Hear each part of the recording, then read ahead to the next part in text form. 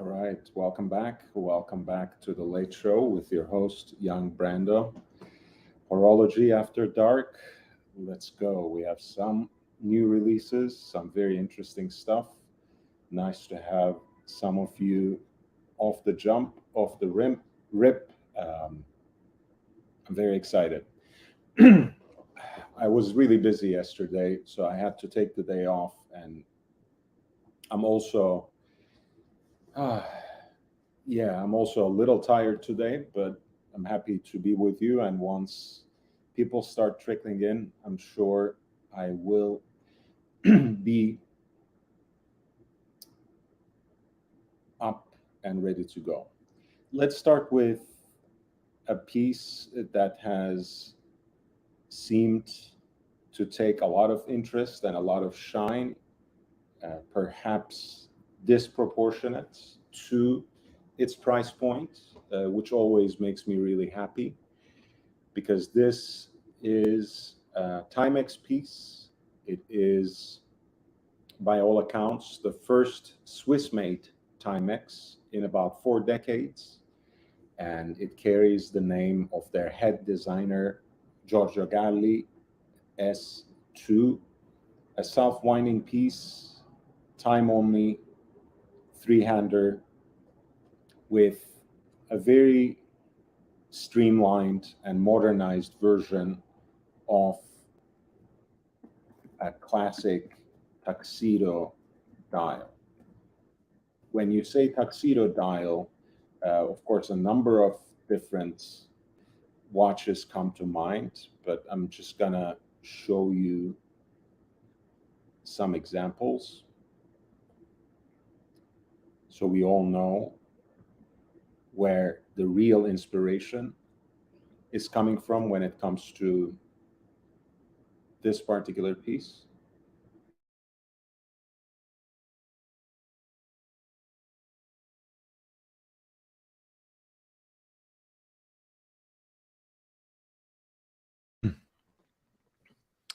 Hey, Frank and Honest, nice to see you. It's no different whatsoever, actually. It's all the same, but I should be seeing a doctor on Thursday, so we'll see. We'll see. I'm sure I'm all right. Um, can't be too bad, right? What's the worst thing that can happen?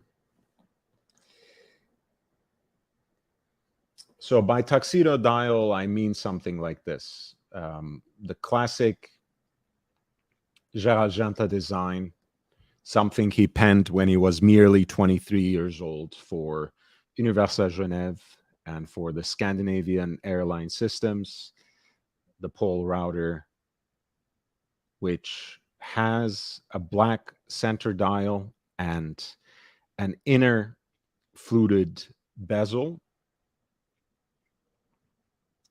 a similar design in the Tudor Oyster Prince that we have here, which has again a black center dial with the crosshairs and again an inner fluted bezel, or like this Longines with seconds on the subdial,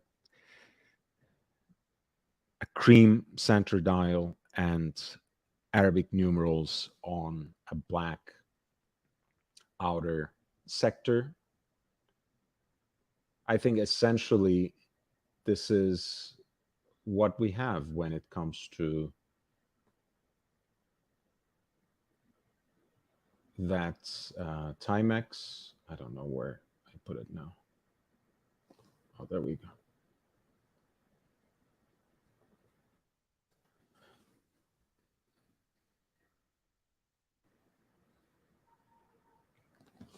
And it's a very not only a very classically designed piece, but it is also classically proportioned.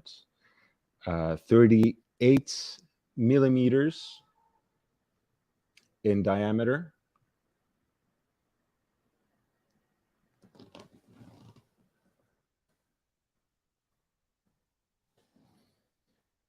And I think about 12 millimeters in thickness, which is fair, not extremely thin, but I think that owes more to the construction of the case, which we will come to in a second, than the movement inside, because the movement inside is an SW200-1, which is the Celita clone to the ever-present, to the ubiquitous ETA 2824-2.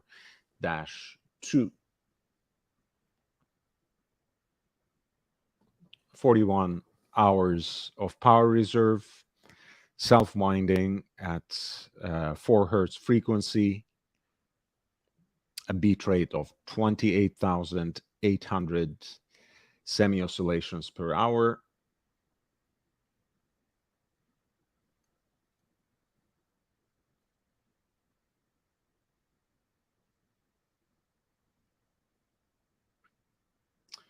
What remains an absolute classic, a timeless design on the face of it, is when it comes to the case construction and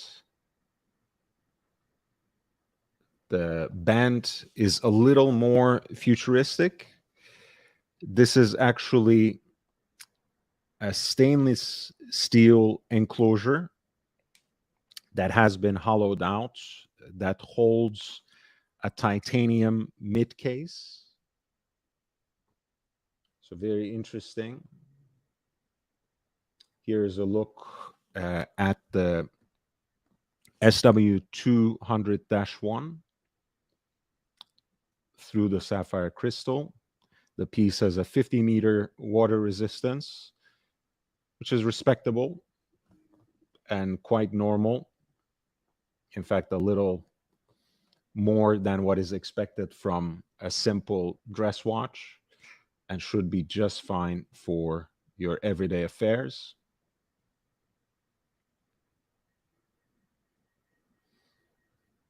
Bonsoir, mon ami. Très bien. Merci.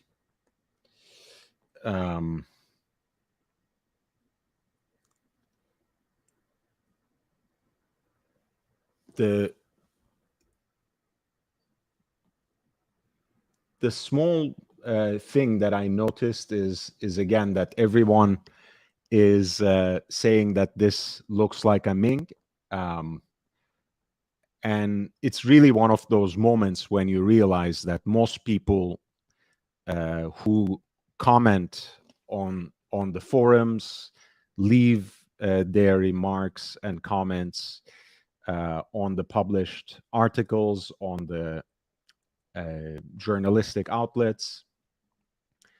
They must have discovered watches about 3 to 5 years ago, mostly during the pandemic.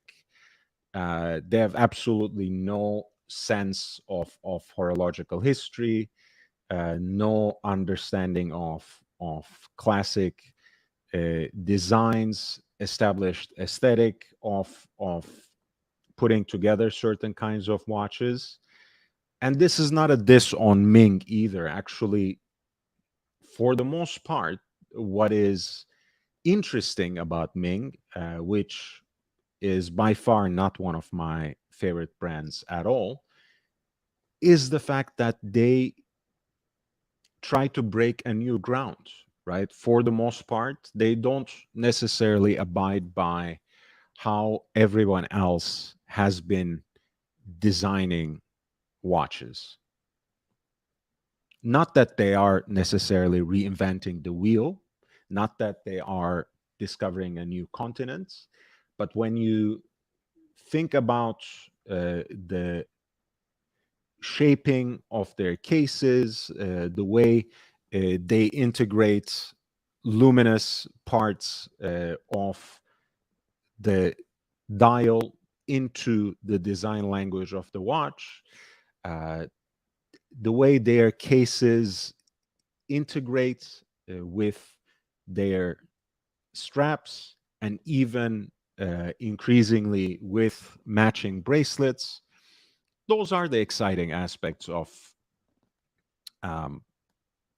Ming's design, not that they have some adaptation of a tuxedo dial or a sector dial or whatever else, right? It's what they are trying to do something new with them. And when it comes to Timex, this is much more their own territory than the territory of a brand, of a newly fangled brand like Ming.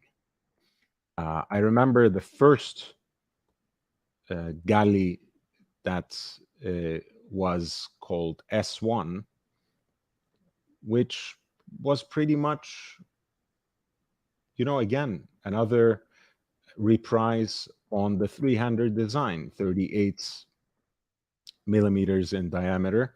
I think it also had the SW 200 for its movement.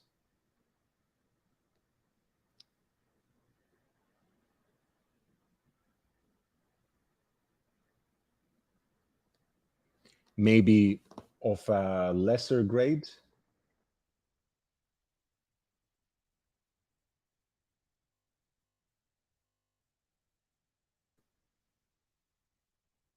But was certainly an interesting.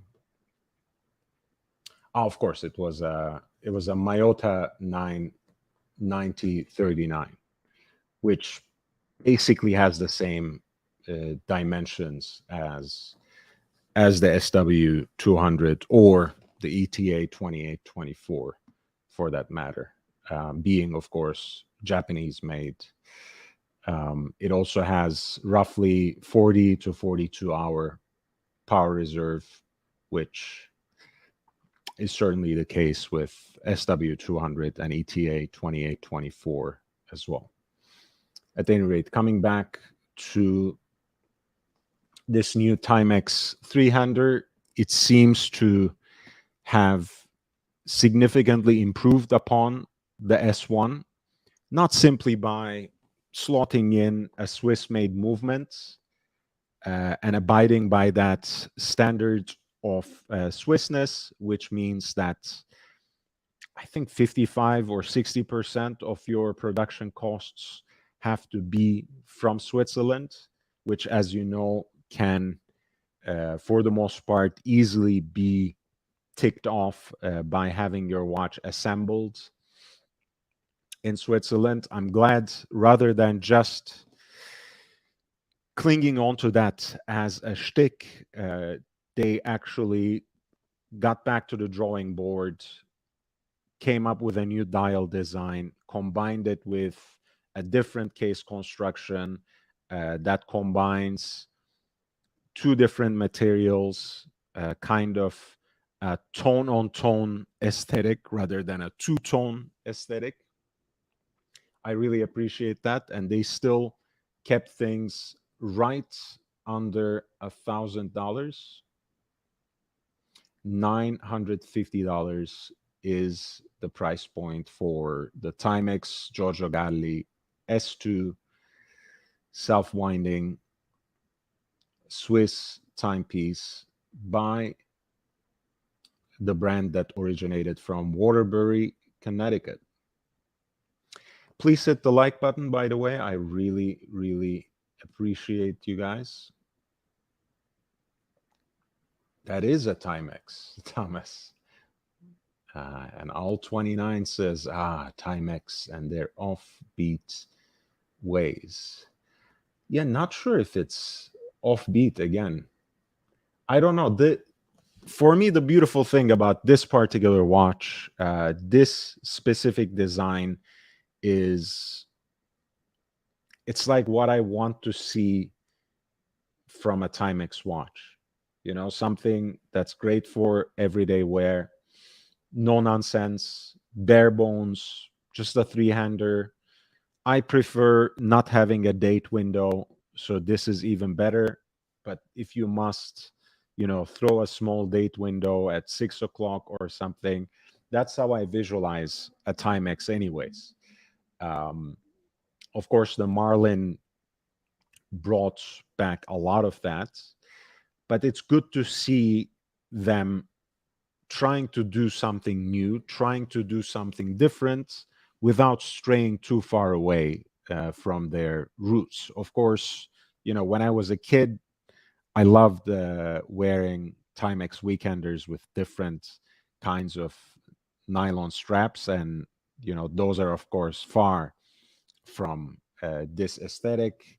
They're also on a very different spectrum of horology when it's compared to a self-winding Swiss timepiece. But I'm glad Timex is seemingly finding a nice midway. Again, my hope is that is something that they do once every so often.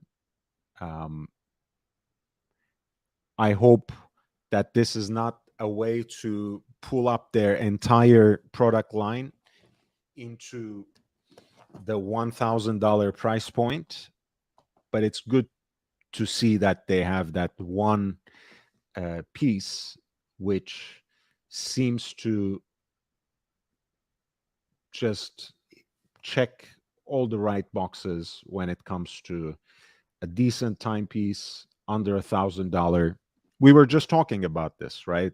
In fact, when JJ was here the last time, or the one before last, he was kind of broaching this question, right? What do we have among brands under 1,500, under 1,500 US dollars that we still respect and that we wholeheartedly recommend to new collectors, to the enthusiasts? And I think that that's a great addition to that line of work.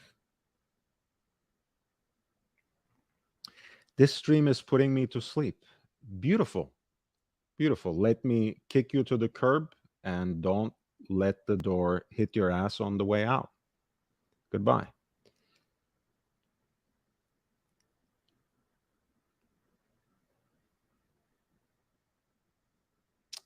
This was the first release I wanted to talk to you about tonight.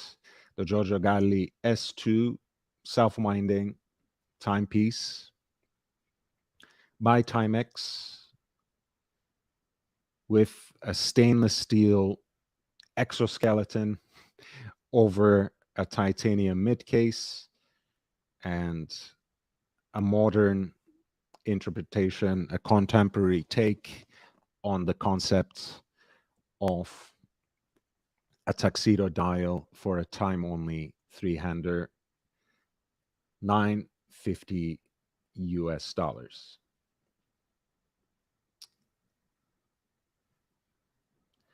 Now, here's something I want to talk about because it brings together a growing trend with one of my favorite watchmakers, and I just can't stomach it anymore. So we are going to talk about this. At this point, the jokes write themselves. They are literally trying to pass off some kids' scribbles and I don't even know what to call it. Some kids' quote unquote artwork as some ultimate piece of art and something that is not only adorable, but actually worth your attention and, in fact, hard-earned money. Let's get to it. Ludovic Ballouard, as you know, is a watchmaker who is one of the favorites of the channel. He is of French origin, but had a very solid education, so to speak, or even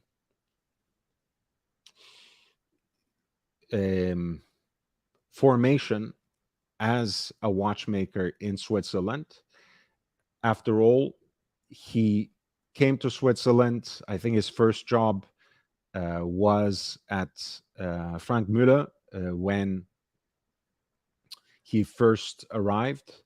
And after he worked a little bit with Frank Müller in their after-sale service department, he was looking for a job at FP Jean. And even though he wasn't planning to stay there very long, he ended up working for them for about 7 years. And finally, he decided in May to set off on his own path, break off from FP Jean to establish his independent brand, to make watches under his own name. He did that in May 2009, and it was in December 2009 when he introduced his first watch, which was a version of what you are seeing on your screens now, the upside down, his peculiar take on the jump hour watch. Let's choose a version of it where things are a little less crazy and actually legible. Because even if in its most, even at its purest, the Ludovic Ballouard upside down is a watch that's unconventional. So it's not necessarily intuitive to read and needs some explanation. As you can see, you have for each hour disc a kind of Maltese cross looking mechanism that flips around, which means the only right side up number on the hour track is your hour, indicates the hour. It's further distinguished by a small dot in the lower right-hand corner of each separate disc. And ultimately, you also have a single centrally deployed minute hand, which shows the minutes along the perimeter of the dial, and also a small subsidiary dial for seconds at 6 o'clock as well. And usually you have this beautiful view on the case back of the proprietary mechanism.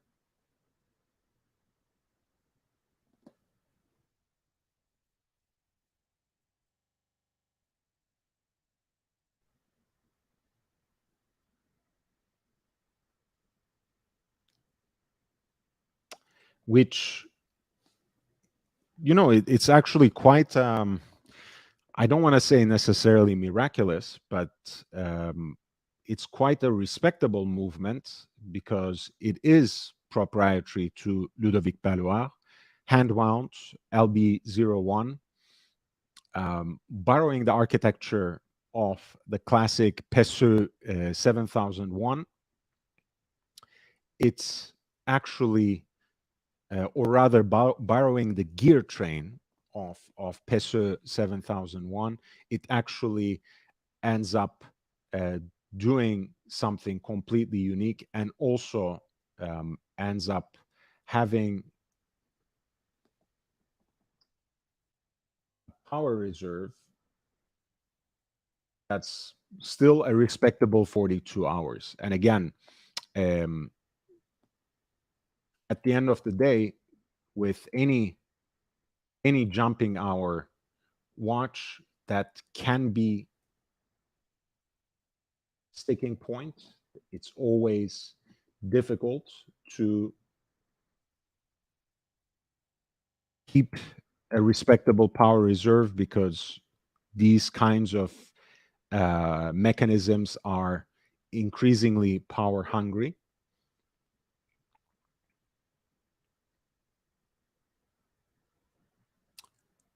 But the concept is very unique, and I think it is actually a very puristic and pleasing way of displaying time.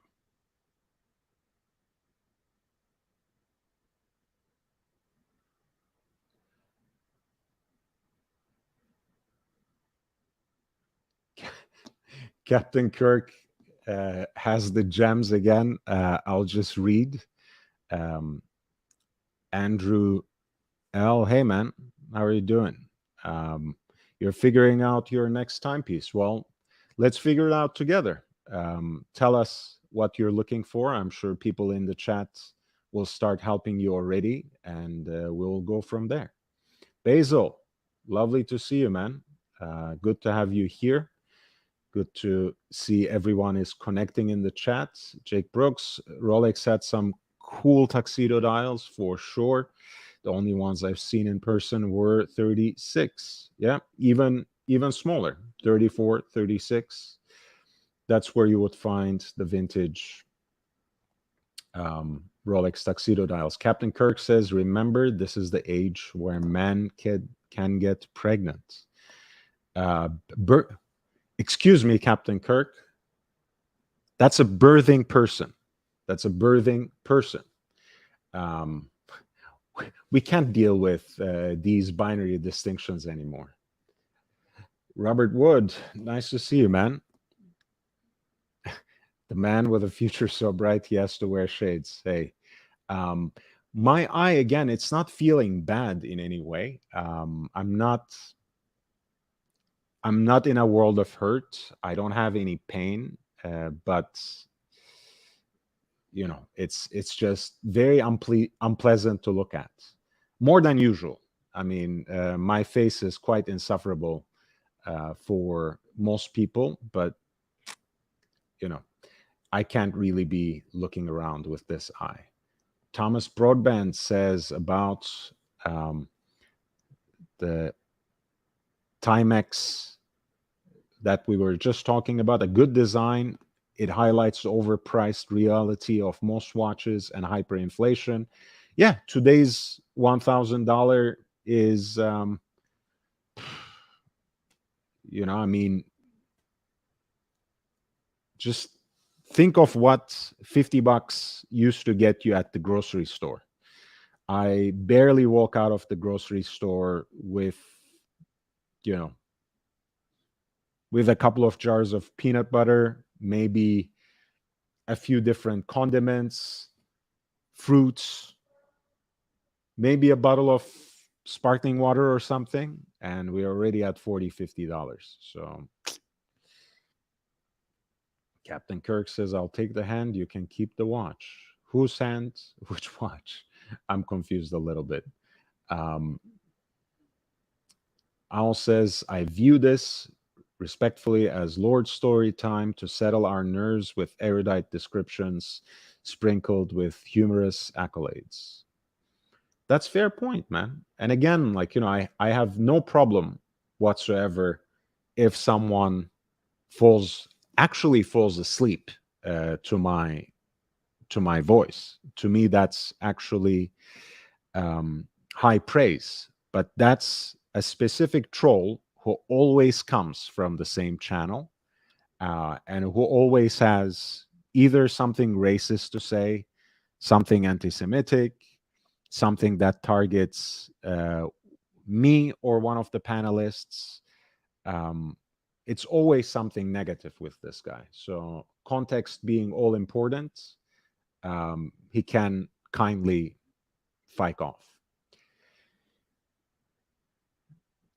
Yeah, that being, I mean, that's basically a way of saying all 29. I respect your opinion, but that guy doesn't have an opinion. He just hates. Bezos, a member of this channel. Imagine if Lord made a fool of himself like Tim with his watch knowledge, he would be ratings gold. I don't know. I don't think so. I think I don't necessarily look good as a fool. Basil, toward the pirate style eye patch font. Man, I should have come up with that gimmick. So, wow.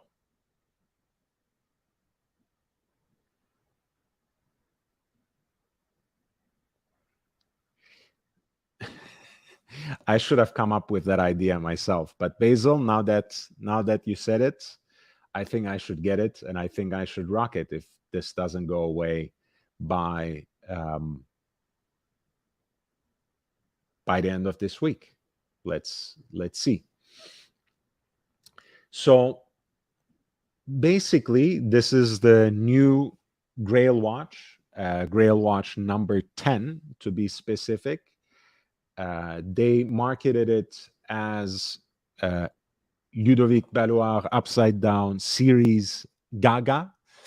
Gaga is, of course, the French term for crazy, wild, but it turns out it is actually just short for Gabriel or Gabriel, who is Ballouard's son, who, and I'm saying this advisedly, who designed the watch you're looking at. And if you scroll down a little bit, you will actually see him designing the watch. And I shit you not, he's literally painting a diagram of one of Ludovic Ballouard dials. And, really with, I mean, I don't want to be mean, man. It's just a child, but I'll tell you this much: if my son or daughter made a drawing like this, I think I would hesitate to hang it on the door of the fridge, much less try to sell it as a six-figure watch.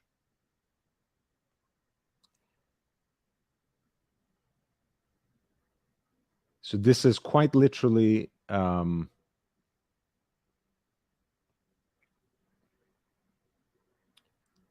Grail watch number 10, which apparently lists for 108,000 in Swiss francs, excluding the taxes. Comes in a 41 millimeter platinum case, and it has an Aventurine dial with your choice of either Breguet styled Arabic numerals, Chinese, or Eastern Arabic numerals as well, with, not to forget, the brand's matching platinum B-shaped pin buckle. Limited edition of 12 pieces, 4 with the Breguet numerals, 4 with the Chinese characters, and 4 with the Eastern Arabic numerals.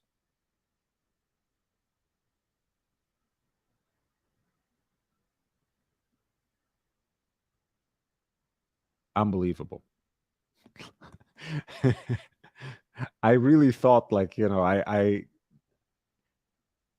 don't have dates on my watches, so I had to literally go and seek out a calendar and make sure that it's not the 1st of April. It's not a joke. It's not an April Fool's prank. They literally designed a watch like this, not as a one-off, but as a 12-piece limited run. And they are literally going to sell it for 6 figures. And I hope, considering the more recent controversy in which Waco actually collaborated with William Messina to make a basically one-on-one copy of a one-off classic vintage Patek chronograph. I sincerely hope they make it mandatory to buy this watch if you ever want to get an homage watch by Waco and friends next time. I think that would be a brilliant idea because they are setting the bar incredibly high here.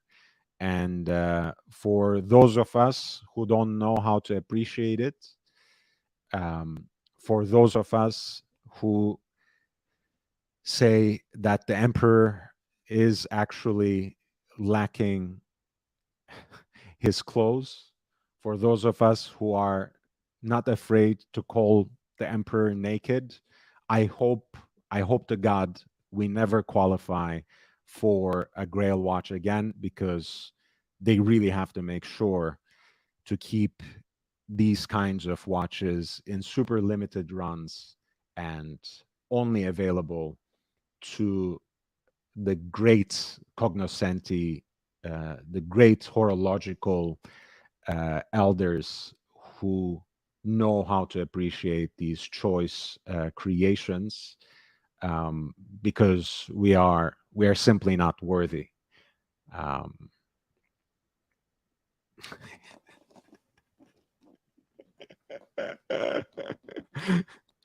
This is, this is the hero we deserve, guys. We let this happen all ourselves. We basically followed these people, trusted them as journalists, but they're literally fucking around with not only the clicks and resources and financial rewards that they derive from that following, but also enrich themselves on the money of these giant luxury conglomerates, fly around the world on the pocket of Jacob & Co., LVMH, and whatever else, and then come around and try to sell this kind of shit to us, assuming that, I guess, we will withhold criticism because a child is involved. Well, I'm sorry to say, I can't anymore. I just can't.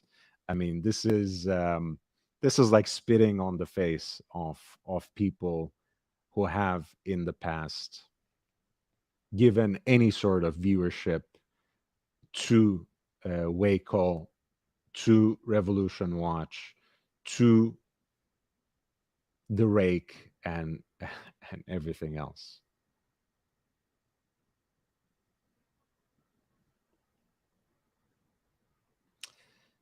Sam Davidson, stream is rated triple F, quadruple R. Wow. Sam Davidson, £2 sterling. Hey, it's great, man. It's great, and it's lovely to see you as well. Thomas Broadbent says, "Steel Buffalo Motors sunglasses." I wish they should come up with a line. I'll be the first to sport it. The Awesome Pawan says, "Can't get past the scribbled shit." Yeah, I'm so sorry. No, the shades are Oliver Peoples' Cary Grant model, designed after the specs that Cary Grant is wearing in North by Northwest. It is the love of a parent. Precisely, man. My mom still loves me, even though I'm a complete failure. Right? That's exactly how it works. Captain Kirk says, hedging his bets somehow. I like the idea of a playful dial with a childlike innocence, but this, frankly, looks like a reject. Again, you are much kinder and charitable than I am, and I do appreciate that. The Awesome Pawan says, the kid is not Picasso. Sure, that's a good one. Um, Captain Kirk says it's cheating to have such a beautiful minute hand. He should have let Billy make the hand too. That's true. That's an amazing leaf style hand, right? Because usually when you have a leaf hand, it just resembles the shape. When you have this minute hand in the leaf style, in the feuille style for Ballouard's upside down, it's so multifaceted. It has such a depth to its curvature that it looks like an actual leaf. Um, and yeah, again, this is an aventurine dial as well. So that's another aspect that goes to waste here. I mean, imagine, and to add insult to injury, imagine that you would take away something functional like seconds subdial and replace it with some random scribble and think that's a good idea. Honestly, actually, I want to put myself in the place of the child.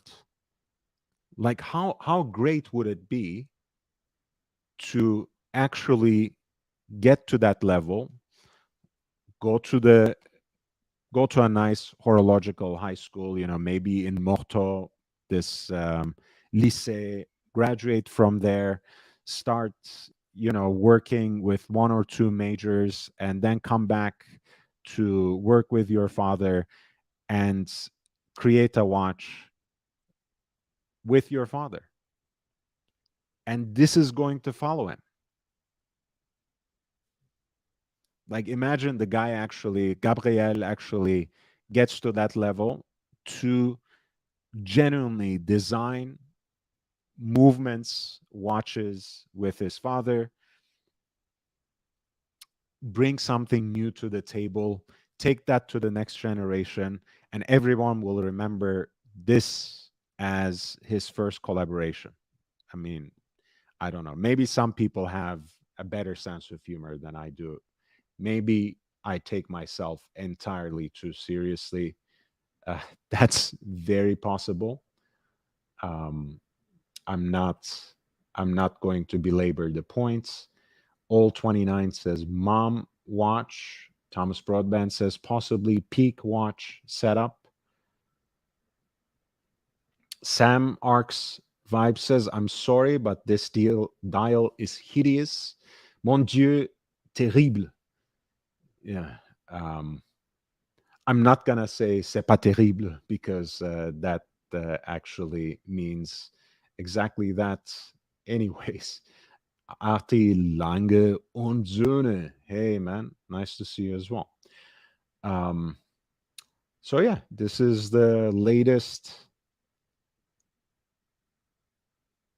creation. And look, I mean, this is the article in Revolution which shows all these great and innovative examples of the upside down, all of which have their own flavor. Look at this lapis lazuli, for example, with a diamond encrusted case.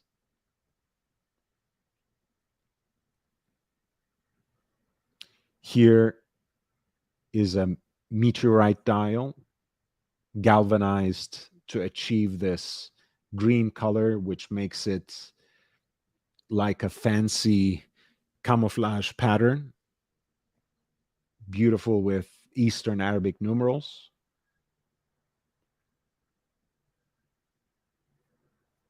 Here is again a look at the LB01 with its unique Maltese cross mechanisms that operates each hour disc.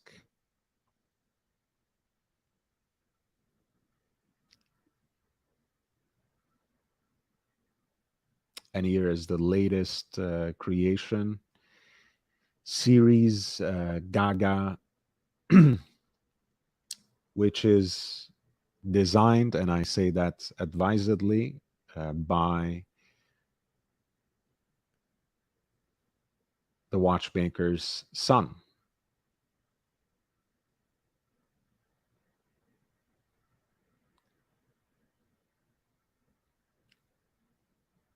$12-piece limited edition at 108,000 Swiss francs before taxes.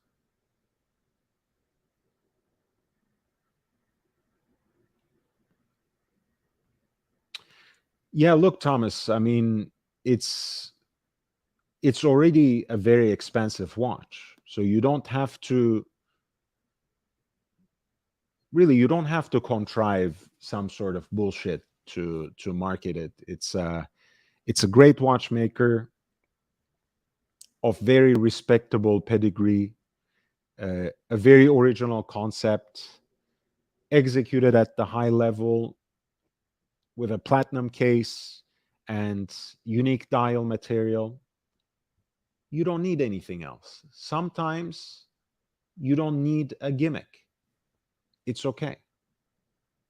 It's really okay. I don't think anyone would have been disappointed if this were just an Aventurine dial with your choice of Breguet numeral, Chinese character, or Eastern Arabic numeral.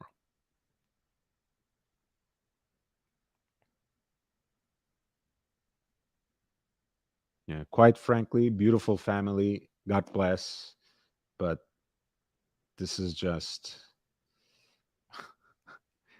sad. The emperor is naked, guys.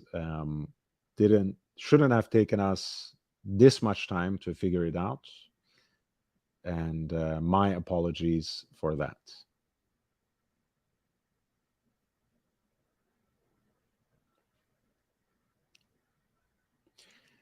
Next up, we are going to talk about the new Zenith Defy.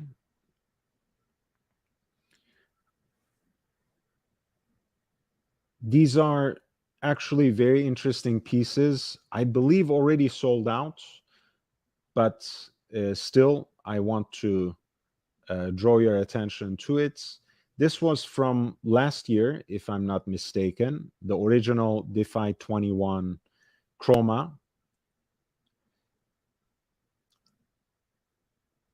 with a matte white ceramic case with the El Primero chronograph movement, which can time intervals down to 1/100th of a second. And most importantly, it has a movement which has a separate escapement for the chronograph movement, which winds independently from the mainspring and has its own power reserve indicator right there at 12 o'clock. The theme is the rainbow. And you have basically two versions of these pieces. One in black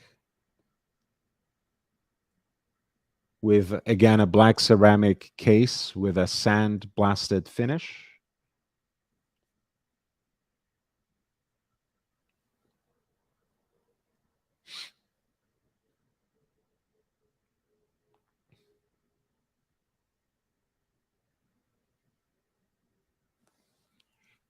This piece is presented on a black rubber strap with textile like texture, like a Cordura texture, and rainbow contrast stitching.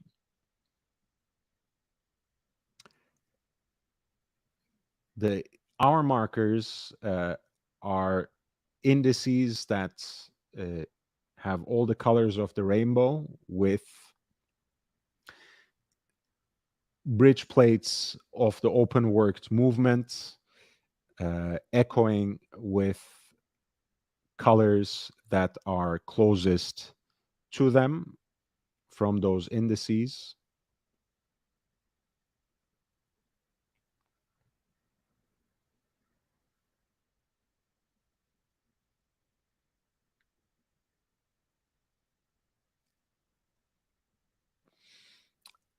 And yes, JB, when you engage the chronograph, the centrally deployed seconds hand makes a quick revolution around the entire dial in exactly 1 second. You are absolutely right. So that's ring there, that outer ring, is actually a decimal seconds track for sure.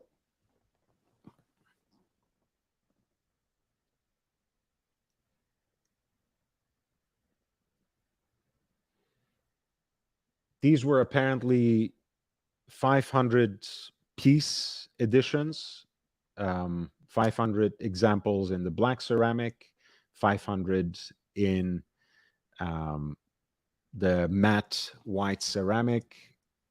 I think they're already all sold out, at least on the web page. You might be able to still get some access to it, perhaps with your local Zenith AD if you have connections with them. 44 millimeters in diameter and 14.5 millimeters in thickness, and about 50 millimeters of lug to lug. So these are still big watches, but perhaps shouldn't scare you away immediately, since the lug to lug is right at 50 millimeters rather than something that is a much more outrageous and uncontrollable number.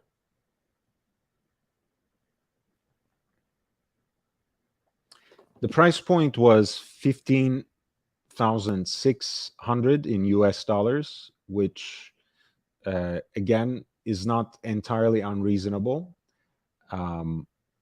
The timekeeping functions beat at 36,000 semi-oscillations per hour. The chronograph is actually the chronograph has actually a beat rate of 50 hertz, so 360,000 semi-oscillations per hour to ensure that 1/100th of a second precision. Altogether, you have a power reserve of 50 hours. I believe a full hour when the chronograph is engaged, which is decent,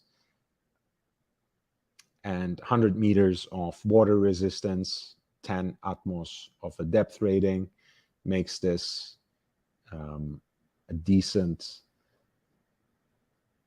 sports watch.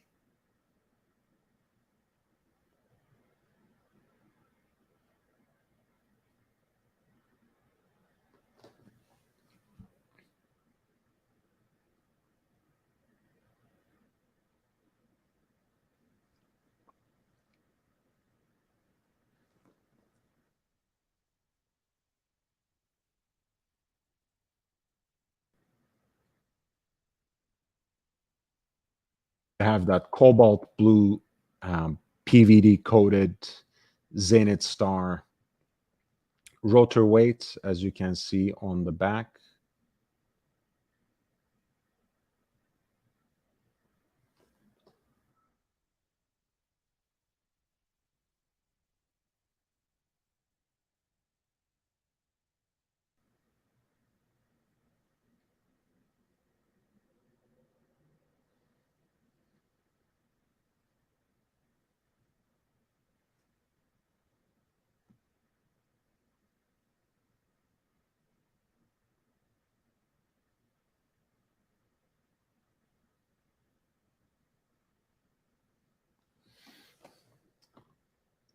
RT, I don't know, but it's already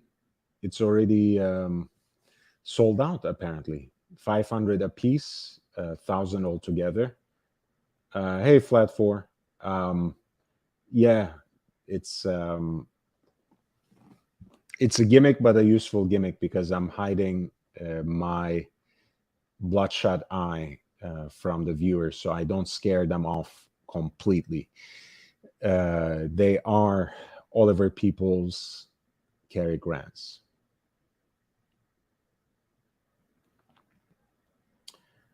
Interesting comments from Thomas and Captain Kirk, which I really take to heart, and they have the same gist, basically, implying that the current Zenith leadership doesn't really have a grasp of the brand's own history. Thomas says, "Do you think Zenith leadership and team truly know their history?" And Captain Kirk says, "Zenith designs seem confused to me." This is, by the way, the white version of the Defy 21 Chroma 2. Altogether, even softer, a more of a pastel color plate, even though it follows along the same lines of a rainbow inspired design with um, our markers that have that sort of gradation. The bridge plates colored in turquoise, navy, and pink. And again, Cordura textured rubber strap with rainbow contrast stitching, a rubber detail on the crown. Same dimensions and specifications, 44 millimeters in diameter, 14.5 millimeters in thickness.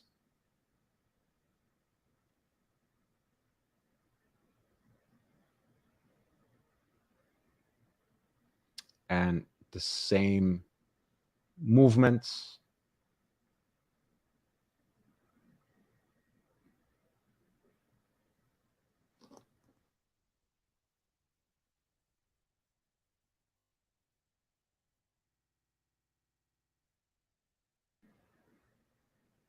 Specifically the El Primero 9004 automatic with its separate escapement, which winds independently from the mainspring for the chronograph.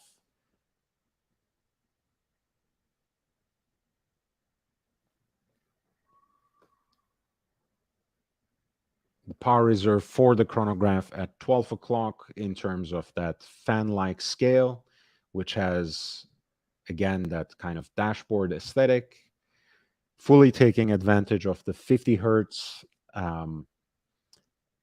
frequency of the chronograph with the centrally deployed chronograph seconds hand, making a full revolution around the perimeter of the dial every second. Of course, on the open work dial, you have the 3 registers of the chronograph, which has continuous running seconds at 6, 30-minute totalizer at 3, and a 60-minute counter also at, wait, I'm getting confused here. Sorry, guys.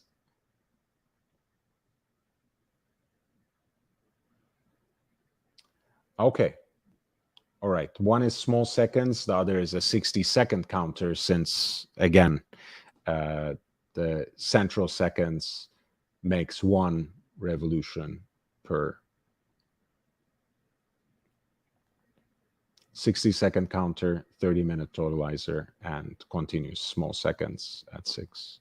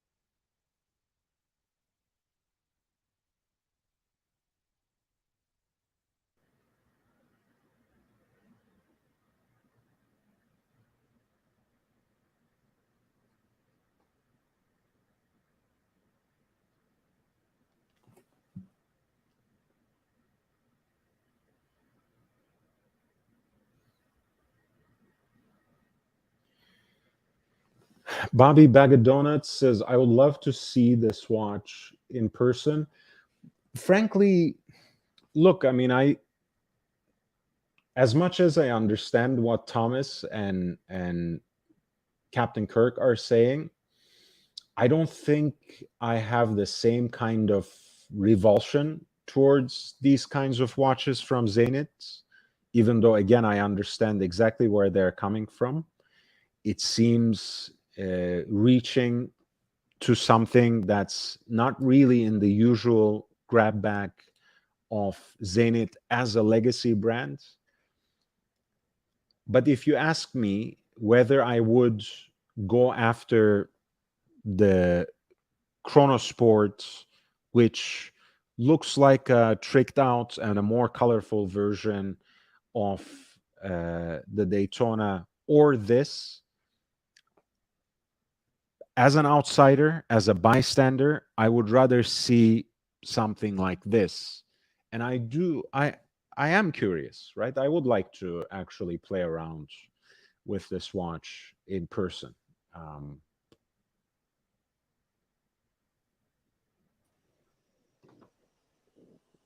Hey, Mitch, how are you doing, man? Hey, what's going on? What's up? Well, not a whole lot. It's been a long day, I suppose. I guess I don't know.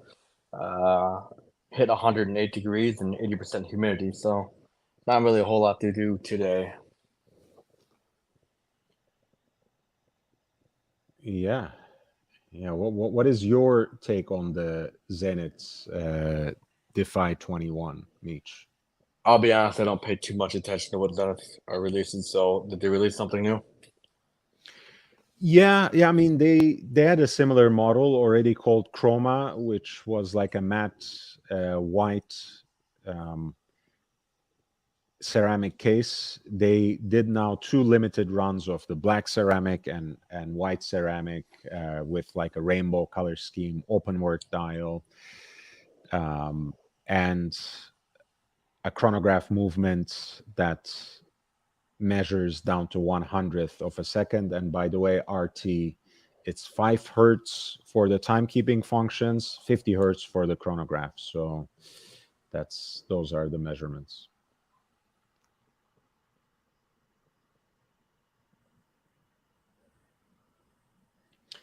JB says $9.99, also a member of the channel. Thank you so much. Nice feature, YB. What up, Meech?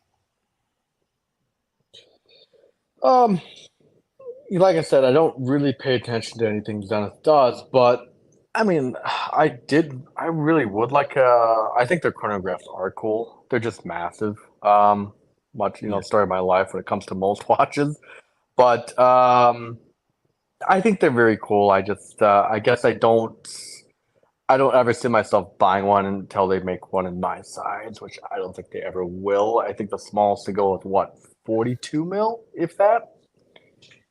Yeah, I mean, look, the only redeeming aspect is even though these measure at 44 millimeters in diameter, they're also so-called barrel-shaped cases or tonneau-shaped cases, and ultimately are 50 millimeters lug to lug. It could have been worse, but like you said, probably for those of us with skinnier wrists, they're still a little too big. And there is a little bit of a cognitive disjunction there, right? There's this, especially with the black one, the skeletonized dial, the black ceramic case.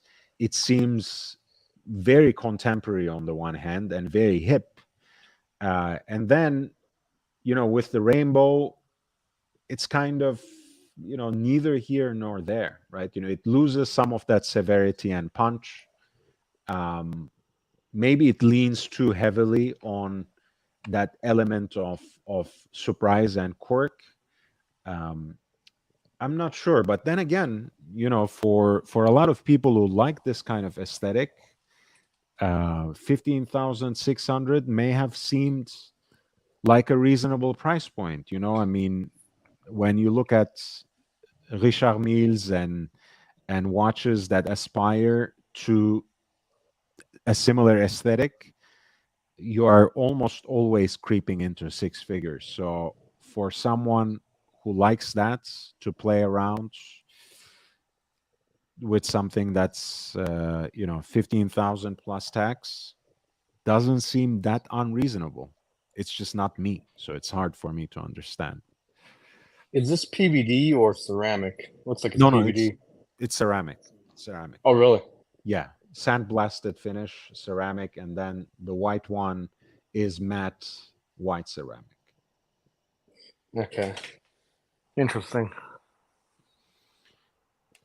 So, combine that aesthetic, which is kind of contemporary and which a lot of people go after, with genuine, ceramic case, with an actual high frequency chronograph movements, with Zenith's pedigree, suddenly it doesn't look so bad.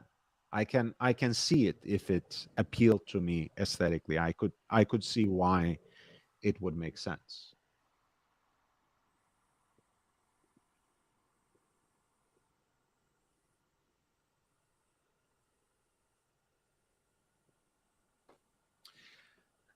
RT Lange und Söhne, YB, are you still part of the Archieverse? Will you be coming on the live streams? I haven't come on an Archie Luxury live stream since I have been kicked off at at the expense of the great Tim Wright, who was going to rescue Archie Luxury, as you know, and bring him to the next generation. I think that was Bear Clooney's theory. We all have seen how that worked out, and I'm here. I could still, if they want me, I could still turn up at whenever I have time and whenever I chance upon at JJ's Hangout. I think that counts as part of Archieverse. I like those folks.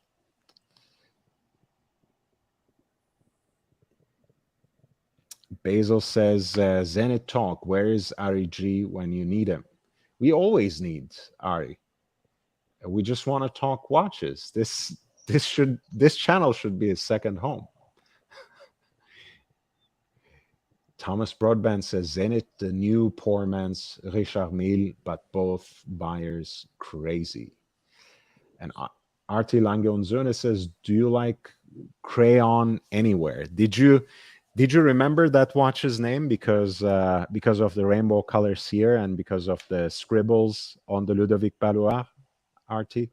I love Crayon as a watch brand, by the way, and I think their entry or their lot or the watch that they gave to the Only Watch was actually one of the nicest of all the lots.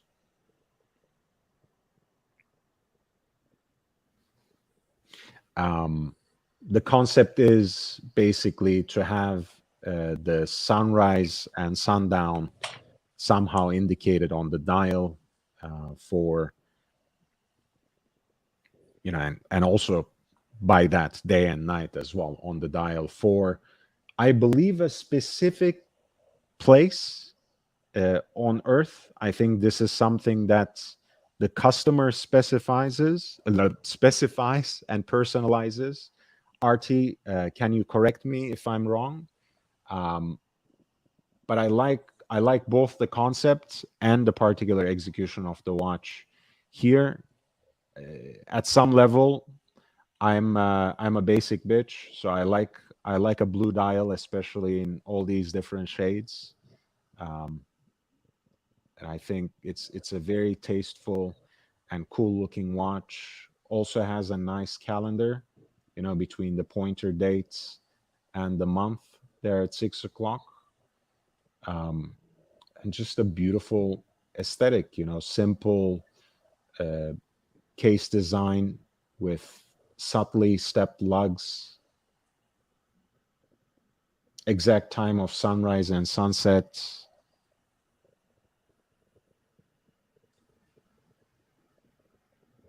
And actually, I appreciate the particular decoration of the bridge plates of the movement here as well.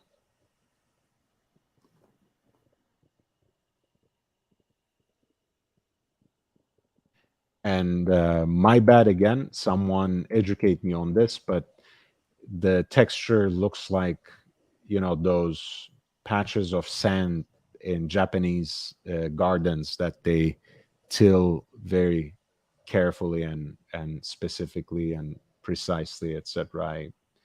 I like that texture. It's not, it's not the straight broad strokes of Côte de Genève, the standard stripes.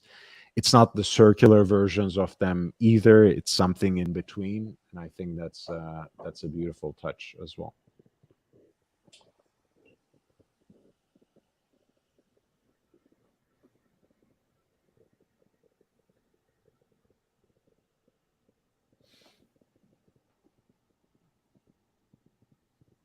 Frank and honest, great show. Please upvote. Thank you. I appreciate that. Captain Kirk for the DeFi 21 says they are definitely playing off the RM look.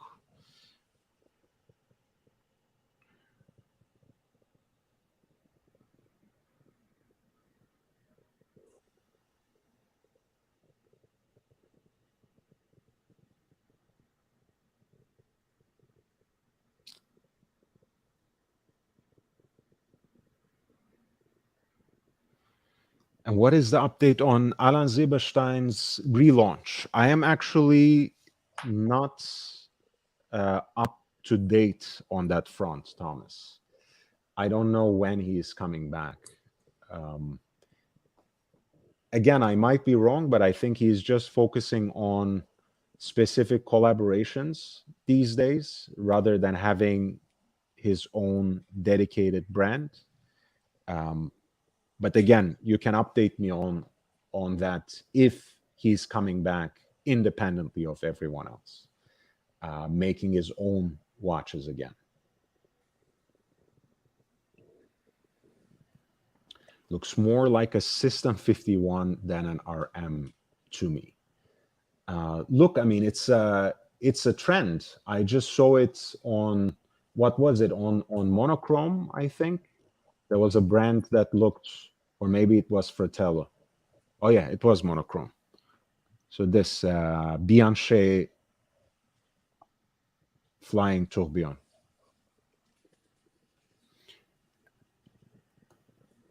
I mean, when you see a tonneau case with some sort of integrated strap of composite material,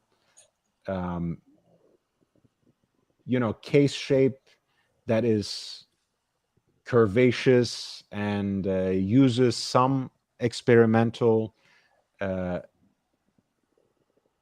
material, skeletonized dial, tourbillon. When you add all of these on top, it's hard not to draw a comparison to Richard Mille and this watch that is apparently being released in a limited edition of 200 pieces, also was subject to criticism in in the comment section here, and the owner of the brand actually had to come and address those criticisms himself. Yeah, it's a trend. I mean, a lot of people are quickly realizing that making watches that appeal to that sensibility and pricing them at these exorbitant levels, 65,500 in Swiss for a non-brand watch. I mean, a flying tourbillon is interesting, is probably worth a good chunk of change. But I can hook you up with flying tourbillons from brands that actually have the heritage for about $20,000. It might not have this aesthetic, but if that's the complication you're interested in. Yeah, so suddenly when you look at something like this, entering the market as an unknown quantity and wanting about $75,000, all things considered, suddenly the Zenith Defy 21 Chroma 2 with its high frequency chronograph looks like a legitimate proposition. So it's the crazy world we are living in these days.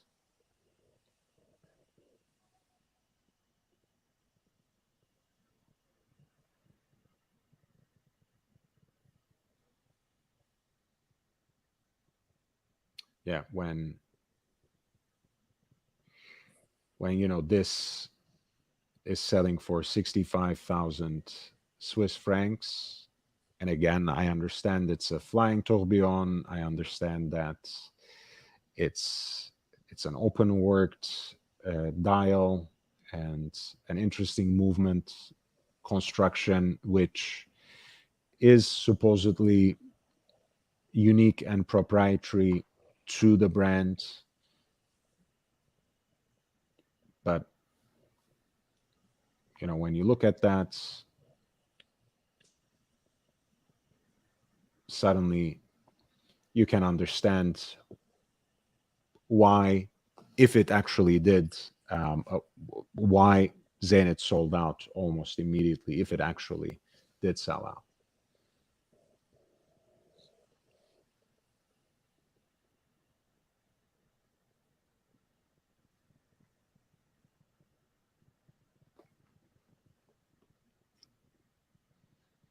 Hey, I like tulips, man. Come on. But I know what you're talking about. Yes, the famous tulip bulbs that's we're selling for crazy prices, right?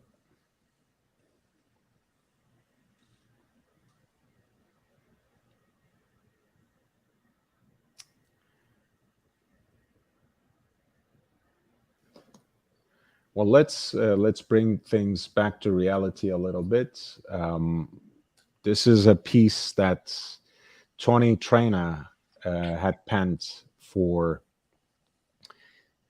Hodinkee, and apparently it's a new diver released by Synchron in collaboration with the diving equipment brand Poseidon.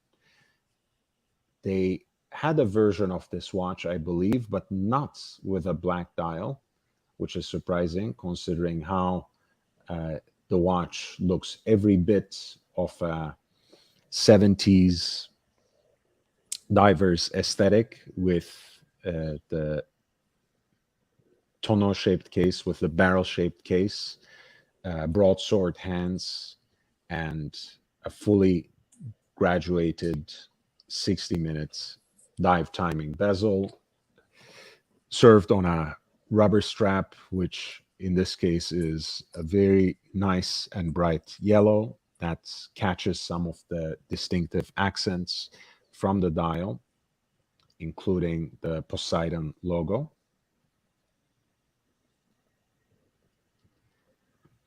And here is the luminous signature of the watch, which actually has the 10, 20, 30, 40, 50, and the triangle also luminously integrated into the bezel as well.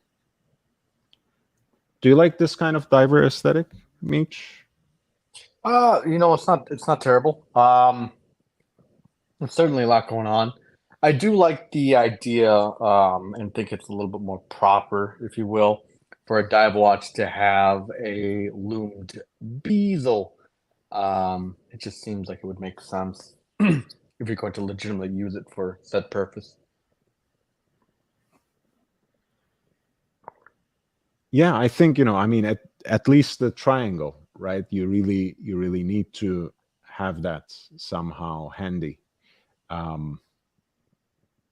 And just in general, I think, if you like loom on your watch, I think you probably want it to light up in any number of ways and as strongly and wildly as possible in dark. So at the end of the day, it's really something to play around. I think most people don't really use these pieces as diving equipment, but I think what was most exciting about this particular piece is that it is actually a collaboration with a diving brand, and it is sold on their website along with genuine light, diving equipment like tanks and rebreathers and similar things. So it's very interesting. That was, by the way, on the left, the previous version, and on the right is the new black dial version of the Synchron military Poseidon diver. Here it's presented on an alternative smoke gray rubber strap styled after old school Tropic rubber straps. Here's the closed case back, one of 1,000 pieces. 30 Atmos is the depth rating, which means it is water resistant up to 300 meters. With its screw down crown, it even passes the Meech test for a sports watch. Absolutely gets my seal of approval. I gotta say, these look like a almost like a love child of a docks and a deep sea. That's kind of what I think of. Not a deep sea, deep blue. Excuse me, deep blue and docks. Docks a Doxa. watch. Absolutely. And again, like, it has its own flavor, so it doesn't strike as an homage necessarily, but it has the markings of Captain Willard / Turtle styled watches by Seiko, the Doxa divers. It's a very solid 70s aesthetic, which doesn't necessarily belong to one brand or another, but like you said, easily recognizable and usually associated with Doxa in our day and age, especially with the indices and the shaping of hands, the dial layout. The visual cues are there, so you're absolutely right to associate it with Doxa.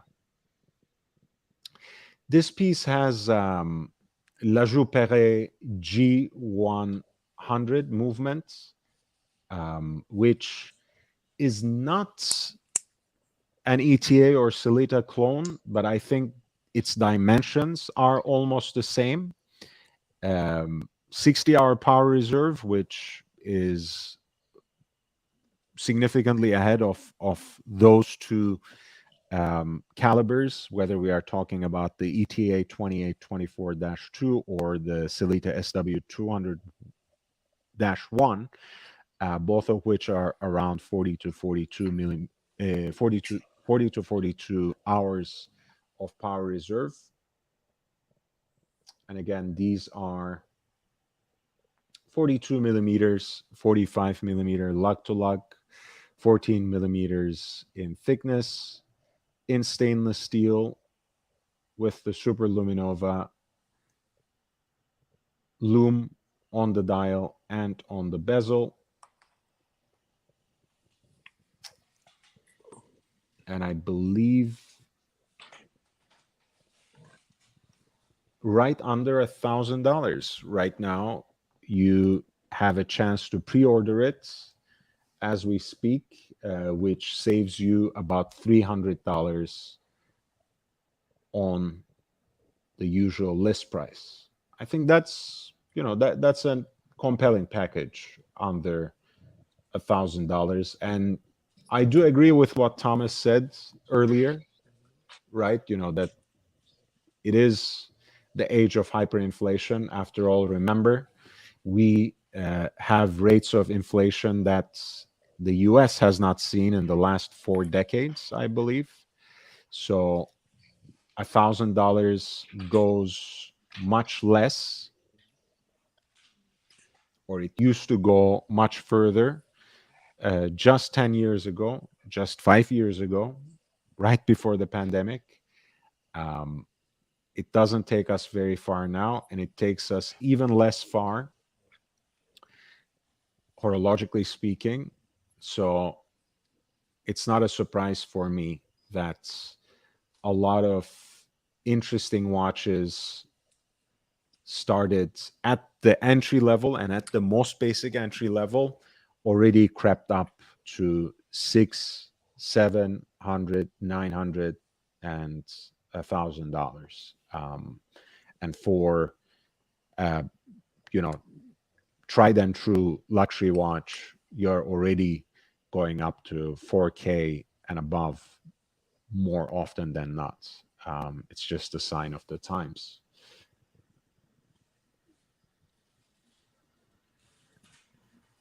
Yeah, thanks, Biden economics. You're right. Hyperinflation is more like 1930s in Weimar Germany. So you're right. But then again, this is not an economics channel, unless we have the professor who can correct me when I say that kind of nonsense. But you're absolutely right. But we are experiencing rates of inflation that the US has not seen in 4 decades. But yes, hyperinflation refers to something entirely different, where people go to the grocery store with like huge bags just to take their money, and they get beaten on the way for their bags and not the money. You can't possibly take me seriously, Artie. Let's not do that. GB Vol or 2022 in Turkey. Yeah. Turkey had a difficult year or two recently, for sure. Captain Kirk says, it makes me think more so how nice Seiko does cushion case divers. Yeah, I'm much more of a Seiko guy than Doxa or this, again, which is Synchron, Poseidon, limited edition with a black dial. I prefer it, and Seikos are much plenty. So when you get, when you think of something like the King Turtle, for example, which is my cushion cased Seiko diver, I got it for a little under $400. It was pre-owned, or maybe was it 400, 450, something like that. It was pre-owned on eBay, barely worn. It was great. And I actually like their design a little better, but that's just personal preference.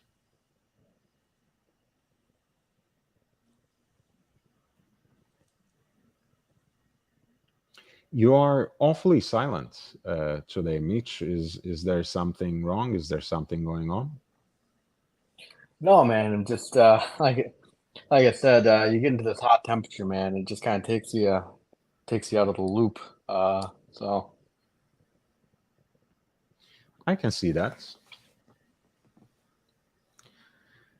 I can see that. So we have a couple more things. I think this could be an interesting article to read through together, or rather, I read through it and you react. I don't know if you saw this on Hodinky today, but Rolls-Royce has a new custom drop tail car, which I think retails for about $30 million, and they have integrated this unique AP Royal concept watch as a dashboard clock on it. Let me pull up a picture of that right here, as you can see. Peter.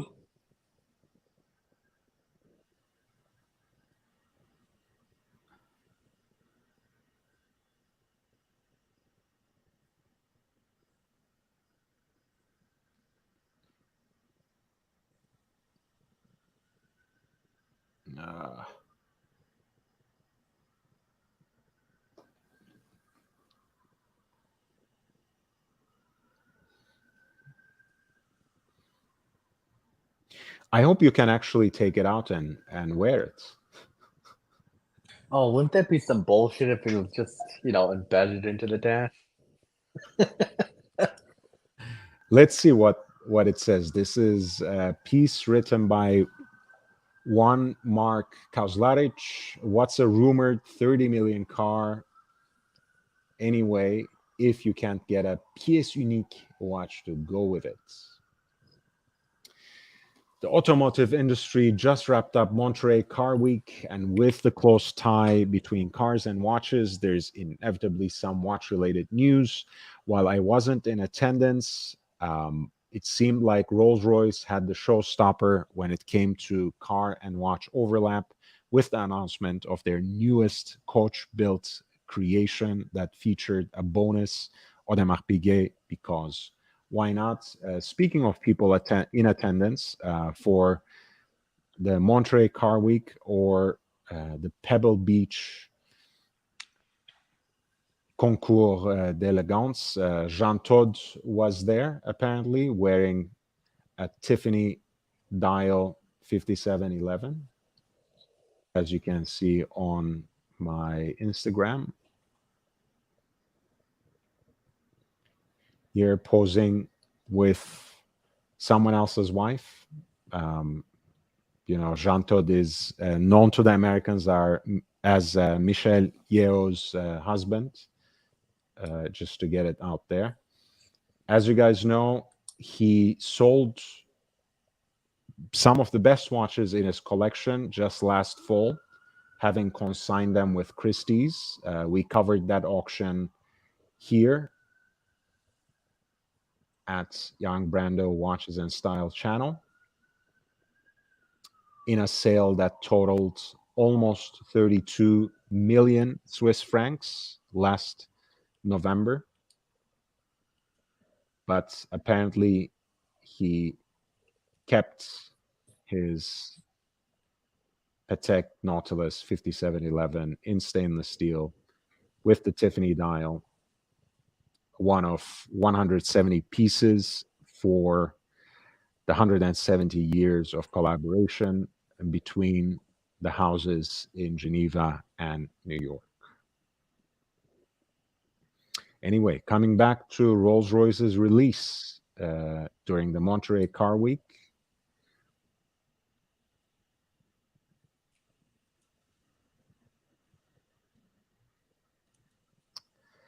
After their release of the Sweptail in 2017, a Wraith-like two-door based on the Phantom, and the Boat Tail with its tapered body, butterfly doors, and caloidolenio, whatever that means, a wood veneer over the luggage compartment, Rolls-Royce has now introduced the first of 4 drop tail orders at the Quail during Monterey Car Week.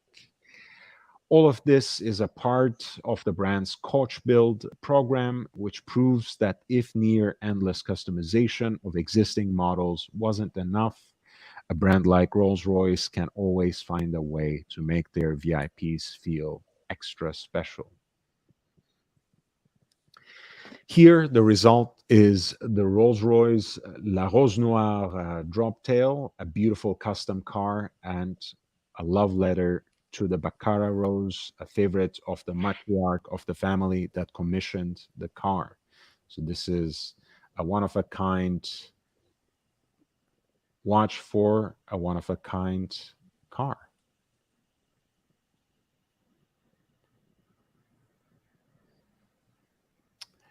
With thousands of hours of custom work and a price tag rumored to be around $30 million, it's a piece of art on wheels.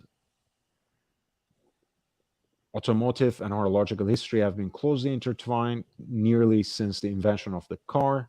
So it makes sense there will be a watch component to this order with a button to press just to the passenger's left on the dashboard. Enter the pièce unique AP Royal Oak Concept split seconds chronograph GMT. That's the watch that is on your screen right here.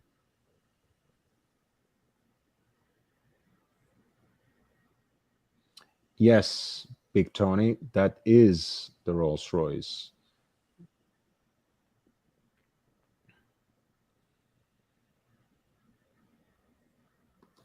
With the AP.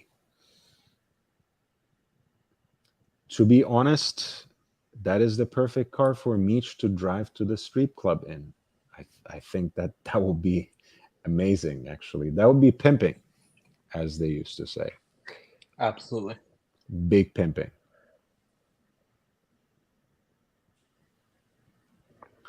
The watch itself was only announced earlier this year, and this is the first one-of-a-kind version of it. 43 millimeters in diameter, 17.5 millimeters thick, made of titanium. It has a different and curved contoured case shape than the standard Royal Oak, so it might wear a little more charitably, so to speak. Caliber 4407, which powers this watch, is open worked and self-winding with a power reserve of approximately 70 hours. It is a split-second chronograph and a GMT watch with an oversized date at 12 o'clock, speaking of those aesthetics that we were just hinting at earlier.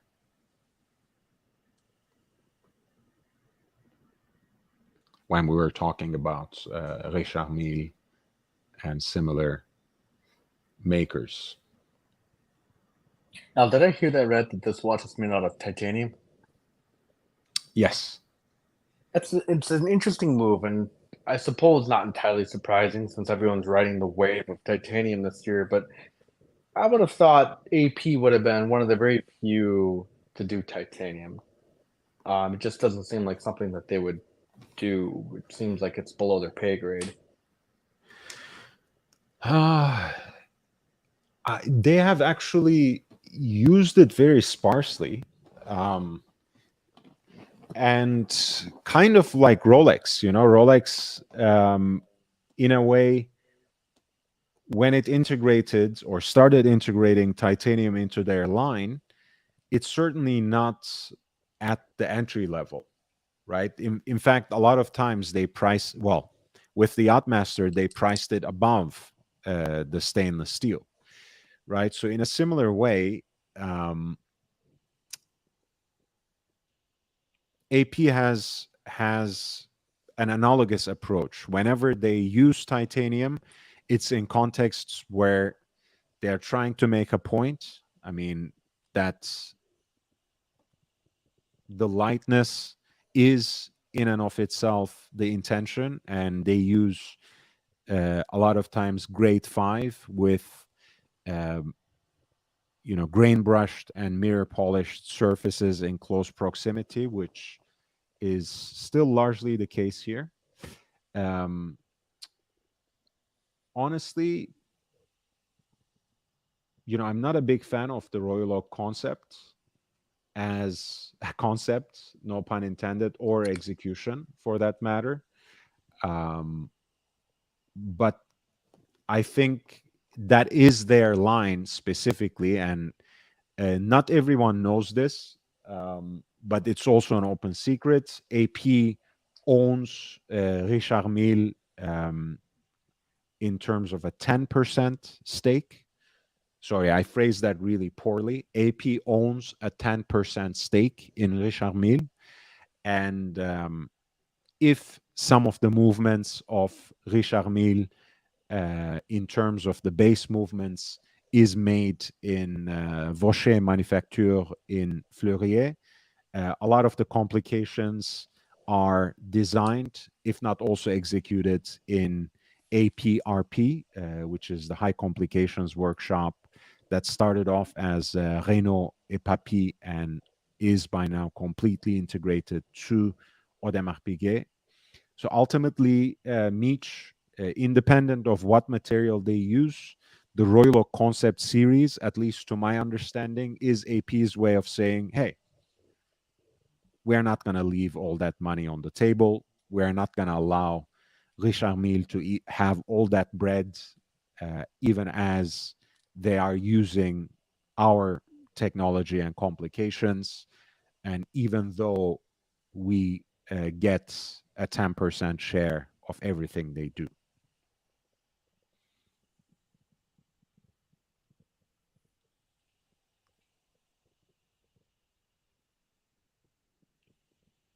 Hey, Nia, nice to see you. Too bad it's not a Watchwinder 2, or is it? So let's continue to read what they say. The watch, with its custom red counters and a red inner bezel, is supposed to match the La Rose Noire colorway. It sits in a cutout in the dashboard of the car.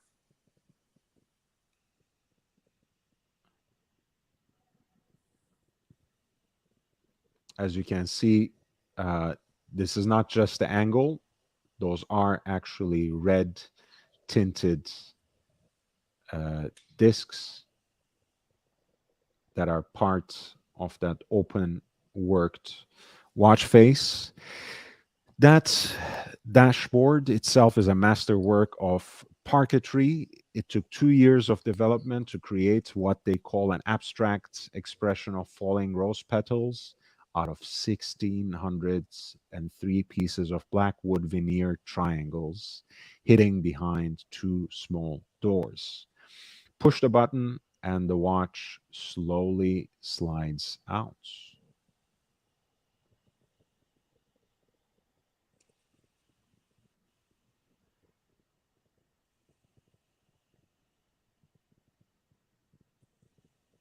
That's cool, actually.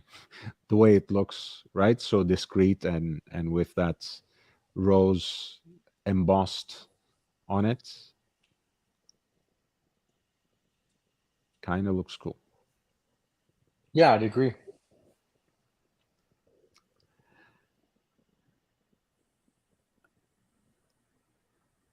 Thanks to the interchangeable strap on the new concept, the head attaches to a mount on the car when it's stored there and used as a dashboard clock. When not in use, the rubber strap has its own leather pouch meant to be placed in a door pocket with a titanium open-worked blank head watch highlighting a white gold coin with a rose engraving.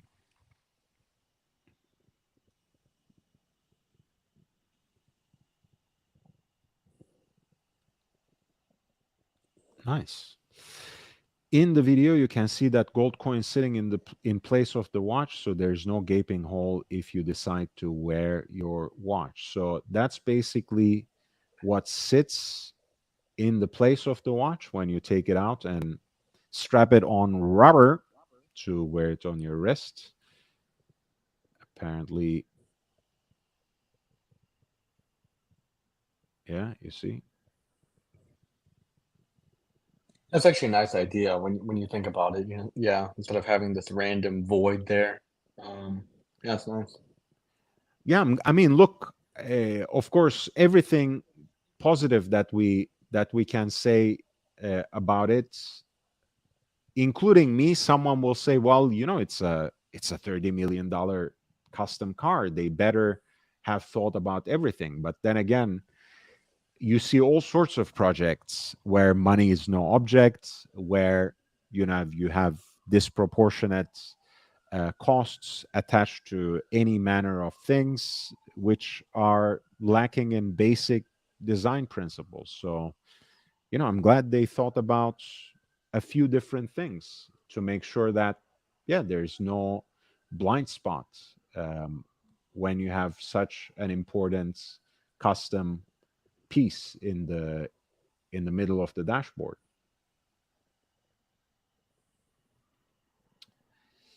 Apparently, that white gold coin with the rose engraving is hand sculpted by Audemars Piguet artisans.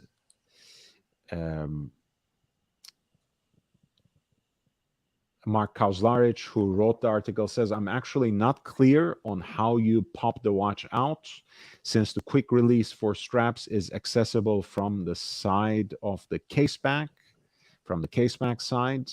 So there must be a gap or release elsewhere. For all the futuristic technology that went into the boat tail, it still seems like elegant art. So the use of a Royal Oak concept instead of a more traditional Royal Oak, which might seem equally modern, or even a custom commissioned pocket watch, feels a little out of place. I don't know, actually. I think that would have been out of place. I mean, who would... Mitch, let me run this by you. Would you, instead of this Royal Oak concept, would you rather have like the Royal Oak Jumbo Ultra Thin or customized AP pocket watch?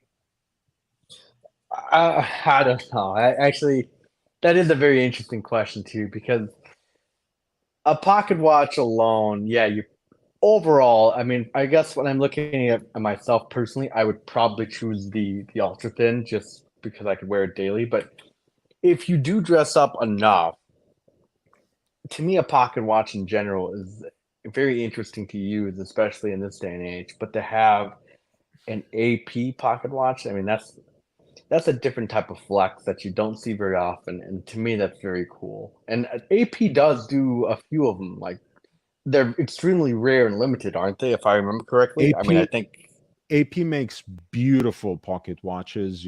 I can look. Let me put it like this: if you have kind of a customized dashboard in a vintage car, I think like an AP pocket watch with an open worked movement, or AP pocket watch with a chiming mechanism, that would be great. But this car, still being a Rolls Royce, and having by and large a classic look, to me, I don't know, it still strikes me as futuristic enough that the Royal Oak concept fits in better. But again, this is just a subjective opinion, and at the end of the day, it was the choice of the person, or of the family rather, as they said, that literally paid millions and millions of dollars to the customization. But I can see your point. But when you say it, I feel like that would be something that could be an interesting Easter egg in a modified vintage car, if you ask me. Or a vintage car with a modified dashboard. Let's not get any new enemies. I don't want to offend anyone who likes vintage cars. Neo, yes, sir. medical reasons, my right eye is messed up, so I don't want to scare people off. Hopefully, in a couple of days, it will be gone, but it's exactly the same as I woke up on Saturday. So let's hope it gets better. Or I'm going to wear a pirate patch as Basil's suggested, and he has started the fund as well. So if you'd like to contribute, feel free. And I'll make sure to come back with the pirate patch for tomorrow's broadcast. So Mark Kauslarich was saying, for all the futuristic technology that went into the boat tail, again, which is purportedly a $30 million commission, it still seems like an elegant piece of art. So the use of a Royal Oak concept feels a little out of place. He implies that he would have gone either with a more traditional Royal Oak, which at any rate is timeless, quote unquote, so might seem equally modern, or even a custom commissioned AP pocket watch, which I think is a brilliant idea, but somehow I find the Royal Oak concept more fitting here. And in fact, again, this is how these marketing gimmicks work, guys. I may have gained a new appreciation of the Royal Oak concept, which is not otherwise a genre that I like. Surprise, surprise. I'm a purist, especially when it comes to iconic designs that I fanboy over. So it is what it is. Mark Kauslarich stays humble. He says, I don't feel like I have any right to give the customer feedback on their bespoke Rolls Royce, and regardless, the car is really beautiful. I agree. I mean, it's a stunning car. Not sure. Again, not sure if it's something for us to slack our jaws over. But who knows? Maybe Meech has some $30 million laying around, and he can teach us a thing or two. Absolutely not. I actually wonder how much this weighs. I wonder if it would actually. I wonder if it would hit the weight limit for a tax write-off. I don't know. Let's continue reading. Maybe it will. By the way, that's on the dashboard, and the way they talked about the parquetry mimicking abstract rose petals sounded a little overwrought, but when you see the car from this perspective, I get what they mean with this pattern kind of harkening back to rose petals. Now it makes sense.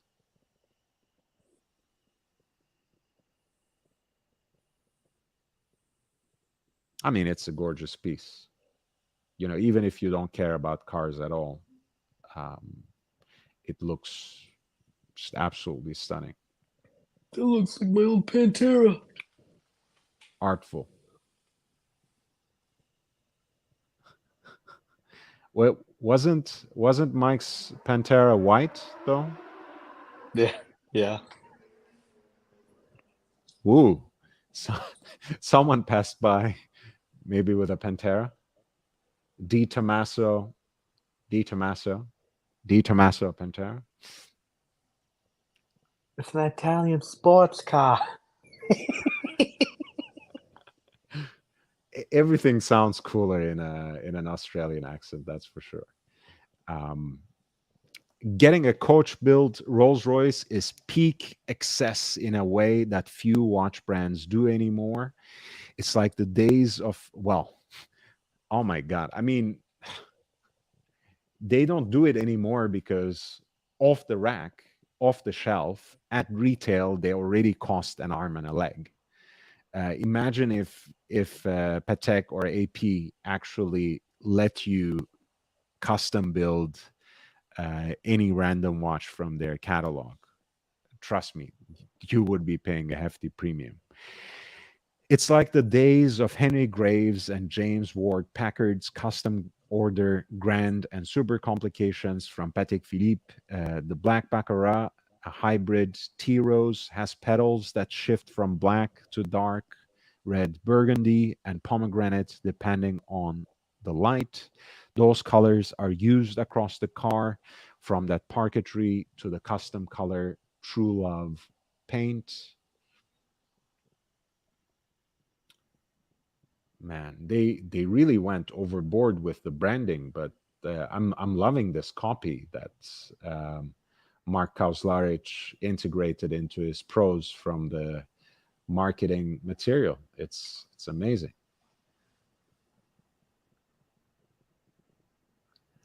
The custom removable roof has an electrochromic glass panel, so you can have your roadster and coupe all in one. The monocoque body is made from steel, aluminum, and carbon fiber, so it's not going to be heavy enough for you. Meech, I know you'll like them thick. And the lines from the interior to the exterior are incredibly sculptural. Inside is a 6.7 liter V12 with 593 horsepower and 620 pound-feet of torque.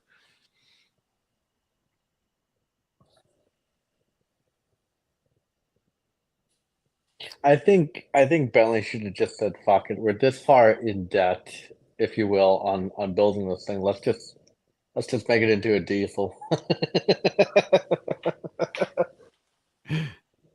If you were concerned the new owners wouldn't be fully prepared to celebrate their new car and watch, the car comes with a custom Rolls-Royce champagne chest to hold a specially commissioned vintage of Champagne de l'Aussy.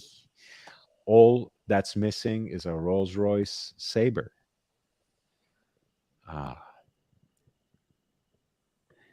Do you know how to saber a champagne?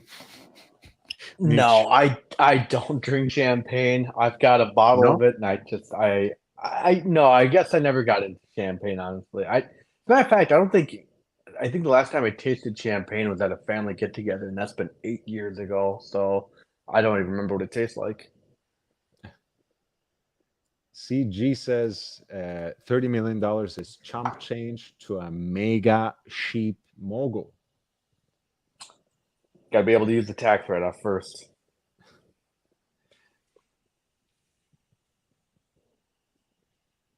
And G also says everyone sounds cooler in a Mookie clip. I agree. I'm looking forward to my first full-fledged appearance, even though members, and G Gadwa is a member as well. Those emotes, those emojis you have of me, and for now, only of Surti Danny, they are made by Mookie. So that's Mookie's contribution to this channel. And please do visit his channel, which is at Jorts Fanatic. A lot of interesting shorts there. Great for comic relief and also for some serious contemplation of some of the worst scamsters in the community. Thomas Broadband says, I wonder if they bought the Hodinky article too. That's possible. That's possible. But I'm sure with their editorial integrity and independence, they would have made a note of that. You know, in the fine print, they have not. So I'm sure that's not the case. But again, like, you know, it's a piece that's so out of the wheelhouse of Hodinky.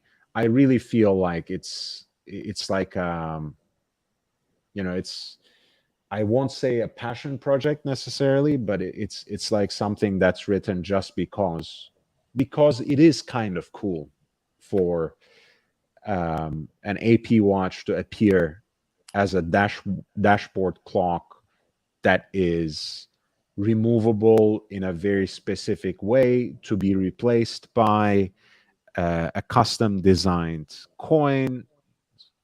It is, I mean, I have to admit it, it's a cool concept. So um, even if it is marketing placement, which is not something noted here, I would have taken it. I don't mind as long as it is followed by something that is halfway thoughtful. And this was actually a decent piece. Again, most of it was marketing copy, but at least it made sense of how that watch fit into the concept of the car, how he had his own ideas about what to, put in its place, with the caveat, of course, that he doesn't see himself, and that's Mark Kavzaric, in a place to make any recommendations for the people who customize this car, which, I mean, I actually disagree, right? Because that's his job. He is supposed to be a critic, so he's entirely entitled to express his opinion right there. We spoke earlier about the Revolution Ludovic Ballouard collaboration, which was, let's put it in the kindest way possible, a letdown. There is another interesting collaboration, monochrome watches, the outlet that is of Dutch origin, if I'm not mistaken. I think monochrome, just like Fratello, started in the Netherlands, has a collaboration with the independent Armin Stroom, which, as you know, prides itself on its specialty of open-worked dials, as well as pieces that focus on simple but also complicated feats of horological imagination. This is the gravity equal force Maillechort, which I believe is the French name for German silver. I would rather not listen to this music.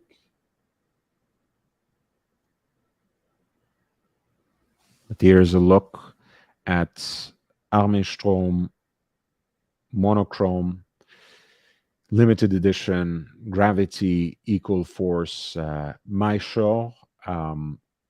As you guys know, over the years, they have done a couple of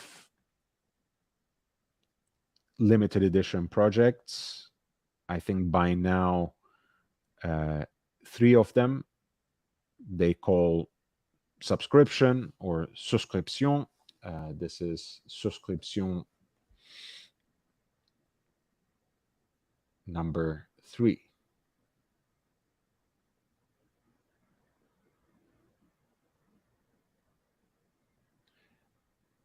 Let's read up a little bit. I believe it's the base plate that is fashioned of German silver here.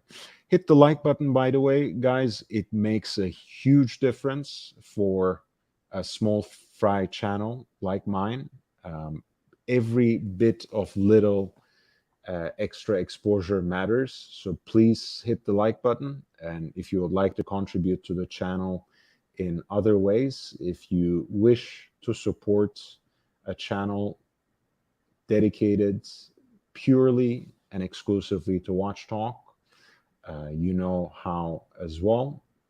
The links are available in the chat. You can become a member and have access to exclusive content, pre-recorded market digests that focus on specific categories of watches, complications, brands, models, with 3 new videos every week. You can, of course, also use PayPal or Cash App, Super Chats, or minimally just hit the like button. It helps a great deal. Appreciate your presence and support and the contribution you already make by being there, by chiming in the chat. I really, really do cherish it. Coming back to the montre de souscription 3, number 3 in the series of collaboration between Monochrome and certain watch brands. Here they have their own take on Armin Strom's Gravity Equal Force in an edition called My Shore.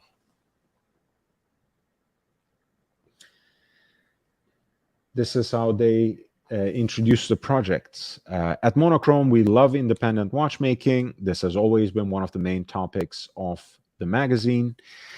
It's also been reflected in our choices when creating what we have named Montre de Souscription, following the success of number 1 with Habring 2, number 2 with Chapek.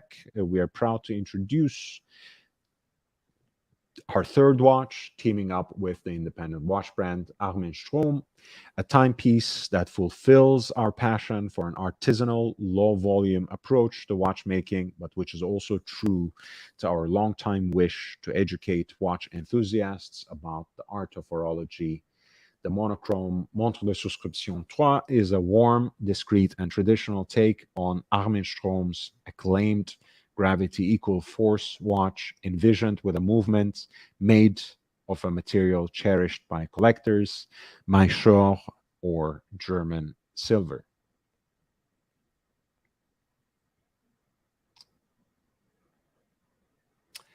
So Frank Gehlen, the founder of Monochrome, says the Gravity Equal Force is a true watchmaking lesson on the wrist, a watch that makes it possible to understand how a mechanical watch works. It has always been my wish to educate our readers on the art of watchmaking, which seems like a noble goal. And honestly, with open worked movements that make sense, I can certainly see that point, that if you know what you're looking at, it is a process of learning, visual, and almost, you can say, interactive or simply dynamic lesson in the art of horology when you look at watches that are designed with the purpose to be exhibited in this way. They chose the Gravity Equal Force as the working base. This is a model presented in 2019 that demonstrates Armin Strom's core principle to bring innovation to every watch. It combines the brand's celebrated passion for exposed mechanics. Armin Strom was, from the inception, a master of open working, of skeletonization. The distinctive design, as well as the commitment to redefining horological landscape with every model, characterizes Armin Strom's venture. In this instance, which is the Gravity Equal Force, the watch integrates an innovative mainspring barrel to deliver a stable driving force to the regulator. It's the world's first automatic watch featuring a barrel with a Maltese cross that stops the barrel when the mainspring driving force is too low, a factor that compromises a stable amplitude and rate.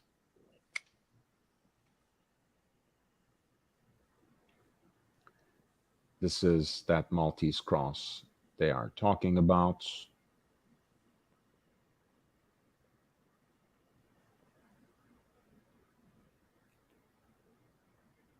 Which is, I think, right around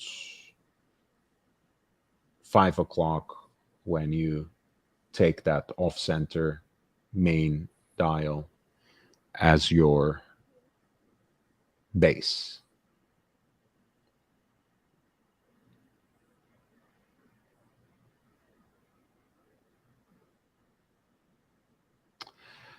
The gravity equal force has made quite an impression on watch enthusiasts. For this montre de souscription, Monochrome wanted to combine this cutting-edge technology and distinctive look with our monochromatic vision of design.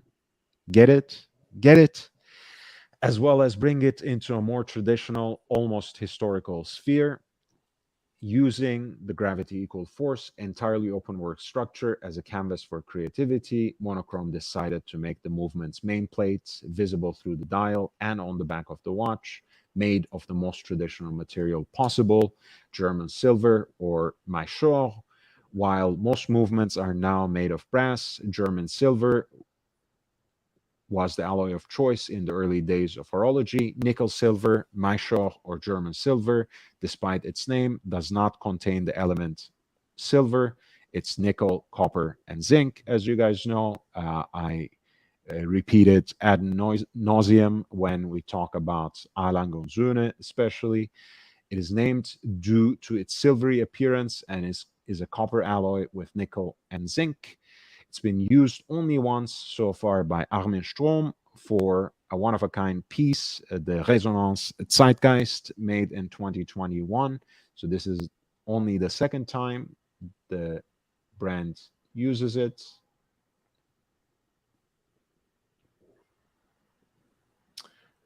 As you guys know, that silver-like appearance of German silver, again, which is an alloy of copper, nickel, and zinc, has a distinct yellowish hue, which takes on that patina as time goes by, gaining a champagne-like tint. So it's usually very exciting to see how these watches evolve over time, and I expect something similar would happen with the face of this watch, since the base plate is fashioned out of German silver.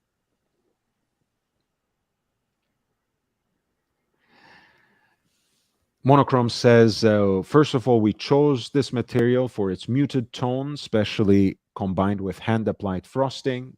This is how the base plate is finished in this case.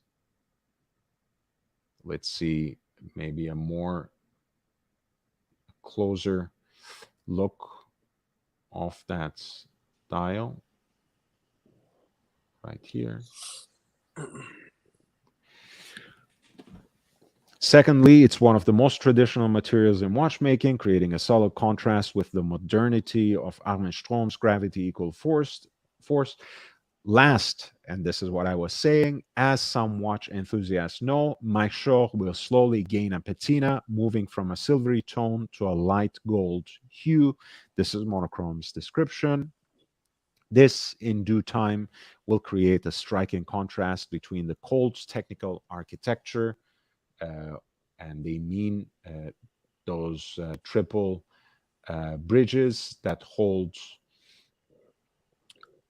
the wheel train together, skeletonized bridges with their distinctive oversized jewels as well, which will contrast with the warm, historically inspired color of the movement.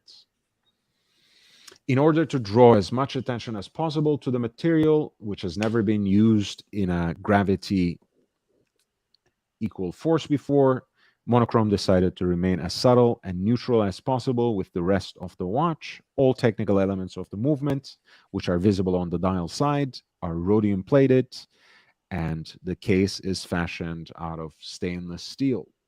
The three-finger bridges, a signature element of the gravity equal force, display an incredible level of finishing with multiple hand-polished bevels, as you can see currently on your screen.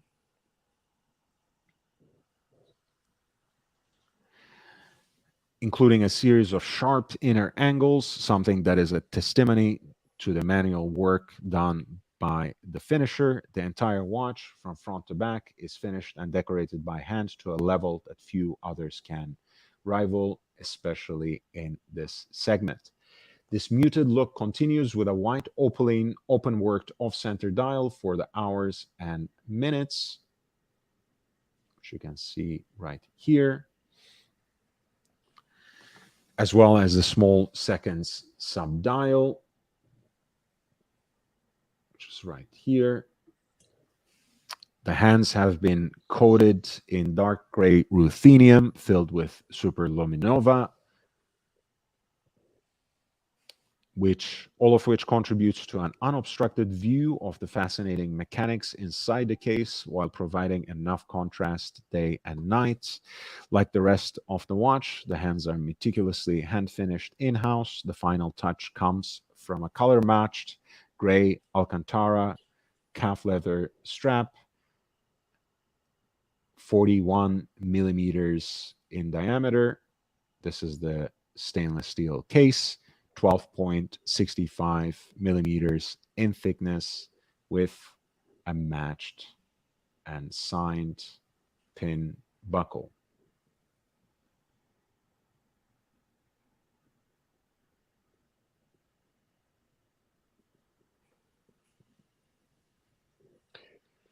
Let's say, Lord, I'm going to take off. I got to be up at 4 in the morning.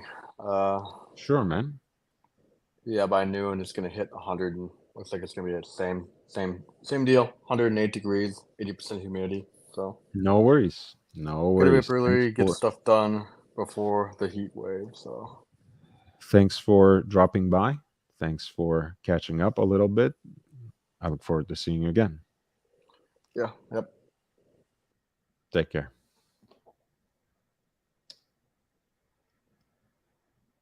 Here is a look from the back as well, where you get a glimpse of that main plate still.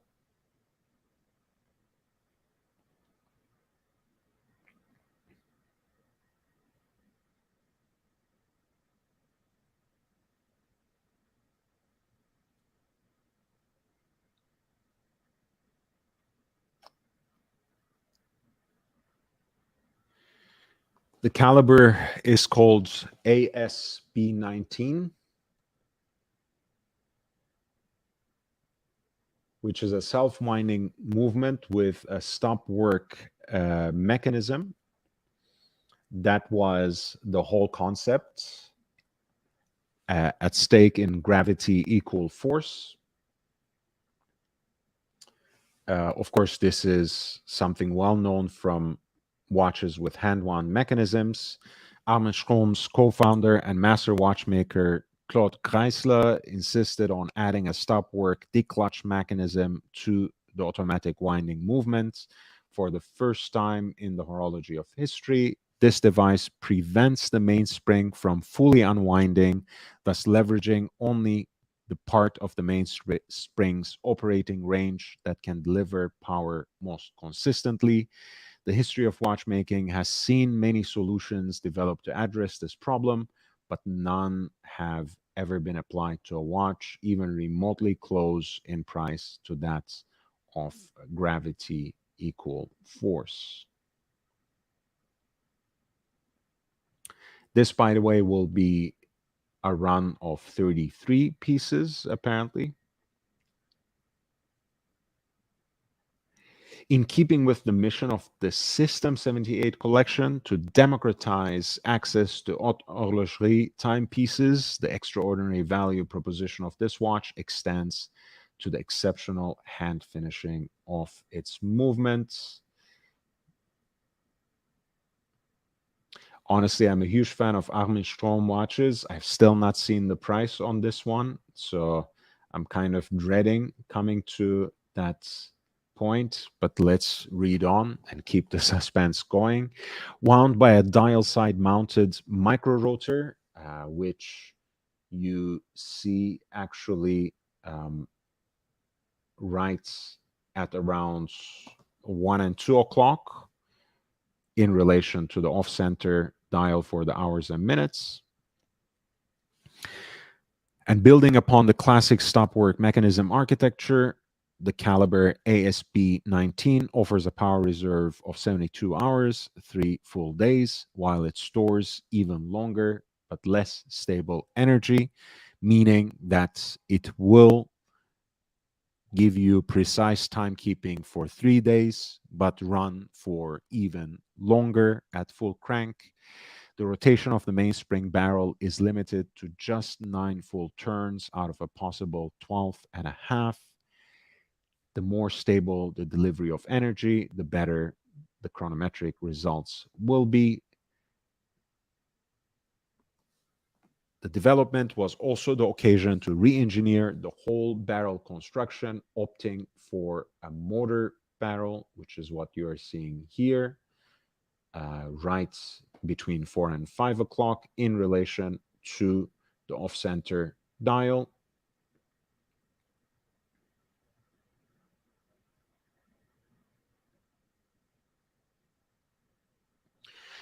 The barrel is wound by turning the arbor to put the spring under tension. The tension causes the barrel to turn in the opposite direction. It meshes with the first pinion of the gear train to drive the watch movements. This architecture is known as a going barrel, but another solution known as the motor barrel consists in winding the mainspring by turning the drum rather than the center arbor. The center arbor then rotates to drive the gear train.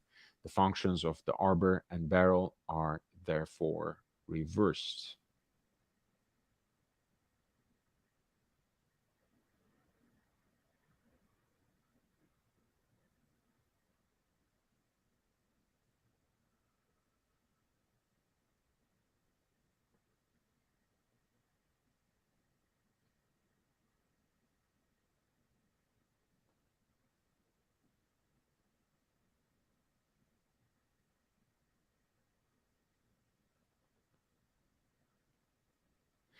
The movement beats, as often with Armenstrom, at a rate of 3.5 hertz.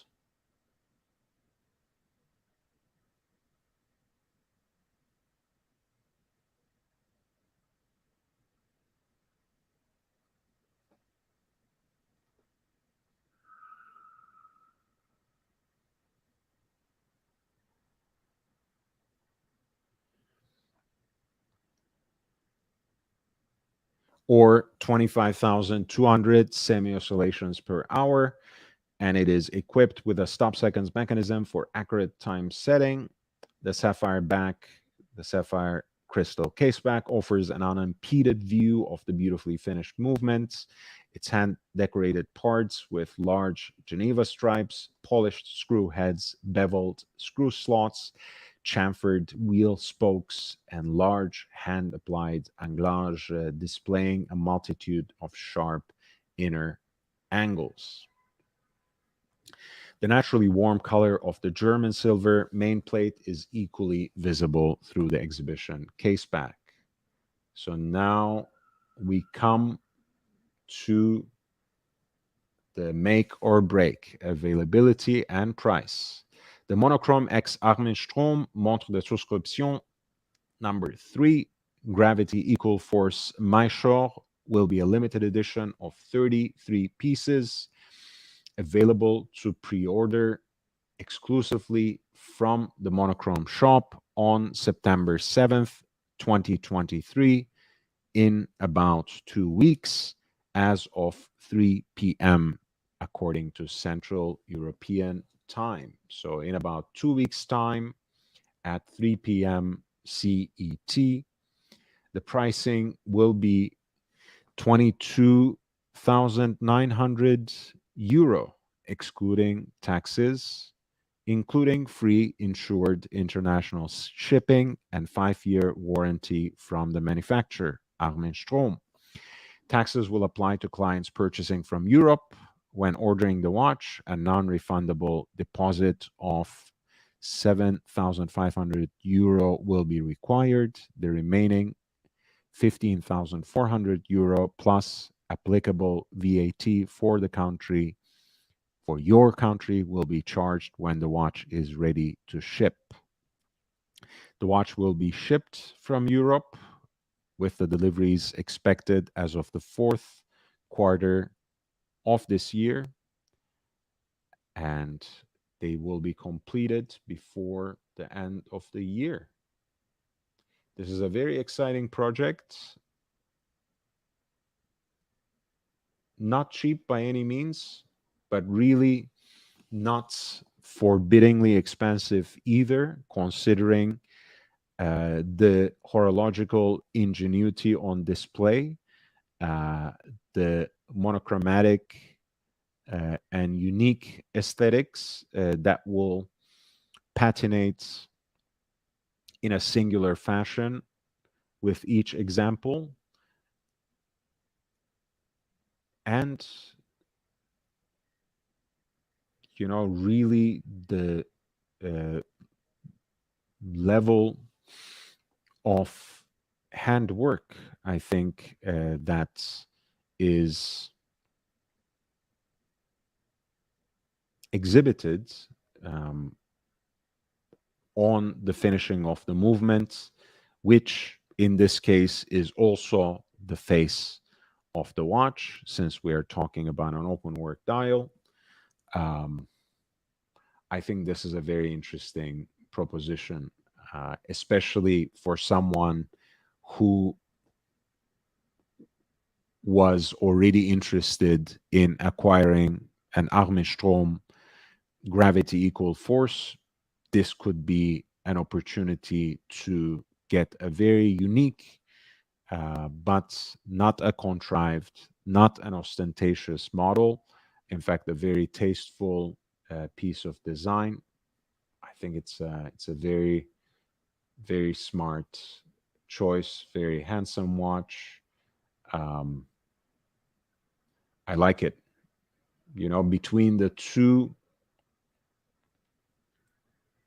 collaborations that we talked today, if I put Revolution and Ludovic Ballouard with the watch, with a dial that is quote unquote designed by the watchmaker's son, and this collaboration between monochrome watches and Armenstrom for this very unique and tasteful example of the gravity equal force, I think the choice is clear. Making the decision is actually quite easy.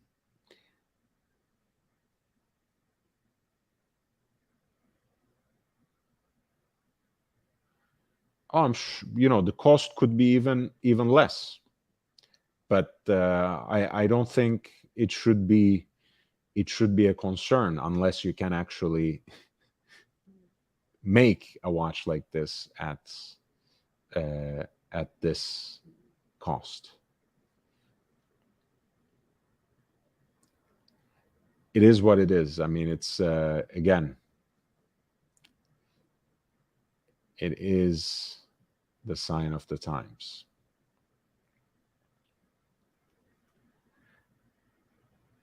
Please hit the like button. In the meantime, I'm going to share with you some of my posts from the last few days. Instagram, the link is there if any of you guys want to join. And I'll be back with you in a second. I need to get a quick drink of water.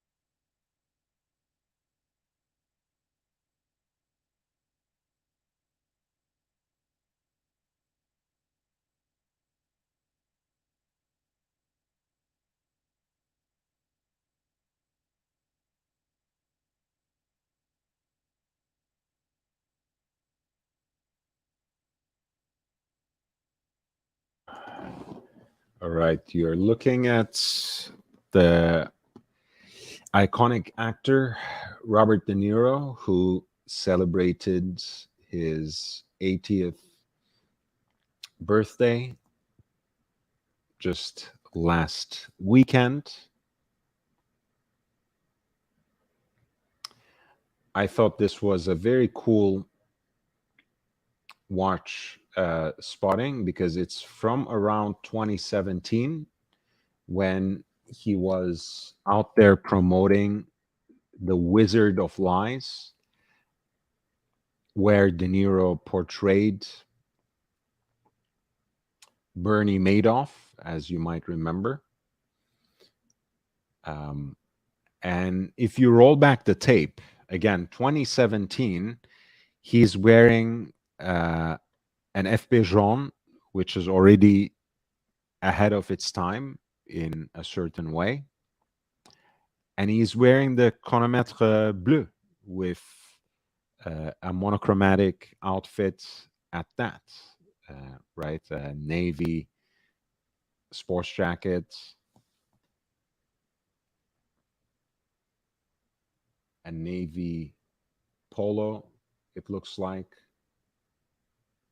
and the chronomètre bleu with its tantalum case and metallic blue or chrome blue dial.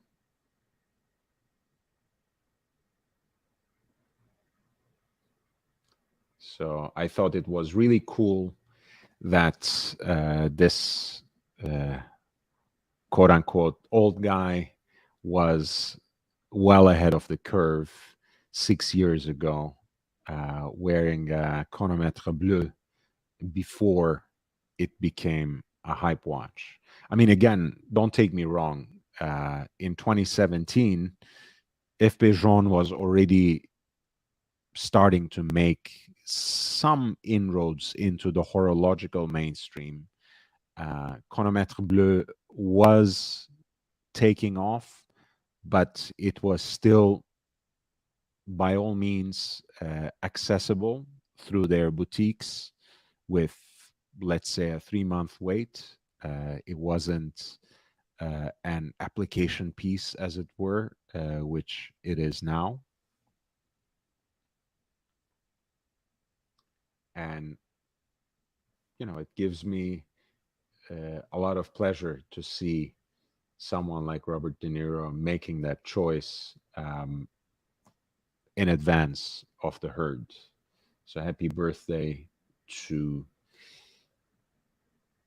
Robert De Niro. And I think in addition to its color, that watch is a great choice for a monochromatic outfit because it is also kind of a pure expression of Jean's horological acumen and design, because it even dispenses with the power reserve indicator, which is present in the other simple dress watch design of FP Jaune, namely chronomètre Sovereign. It's also, of course, slightly smaller than the CS, chronomètre Sovereign.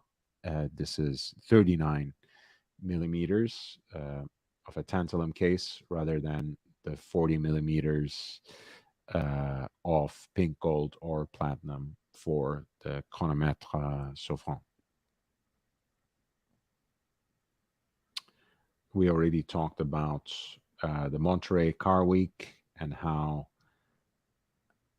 Jean Todt, the legendary Ferrari team chief, was strutting his stuff with 5711 Tiffany dial on his wrist.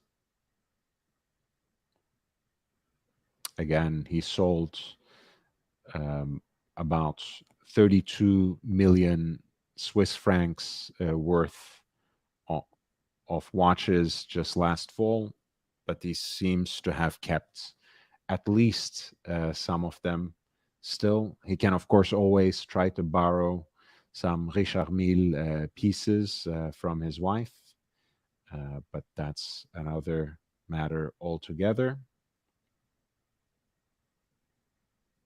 Again, kind of glancing back to Wimbledon, where Roger Federer did some promotional or charity work with the Princess of Wales,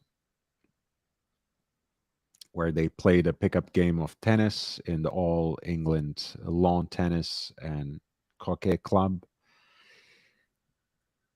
He was wearing a full outfit from Uniqlo. You guys remember we were talking about tennis sweaters. Here's a cool one, cable knits with green accents. Very becoming of a Rolex ambassador who is wearing the now discontinued 116-500 LN with the black dial. This is a great example of a tennis sweater. Very elegant, if also over branded, but you know, he's a Uniqlo ambassador as well. So if it weren't for those logos, we wouldn't have even noticed the brand. So it's understandable. But this was another cool watch spotting from the last few weeks.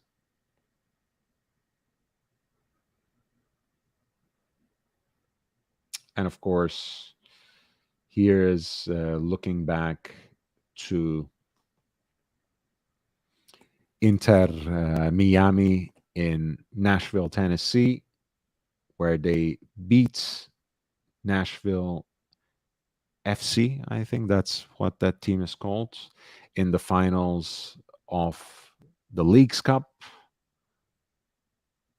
with Messi having made instant impact on the team, for whom he is now the captain as well.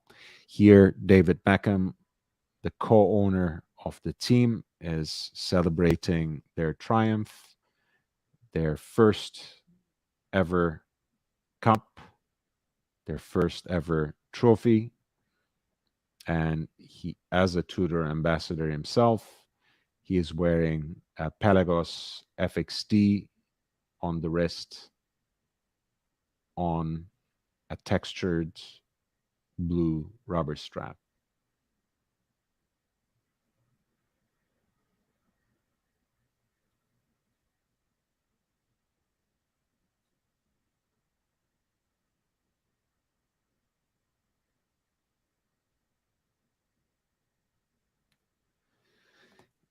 In its design, the Pelagos FXT, especially with its fixed lugs, harkens back to the diving watches that the Marque historically supplied the French Navy, even if it is executed after contemporary fashion with a 42 millimeter titanium case.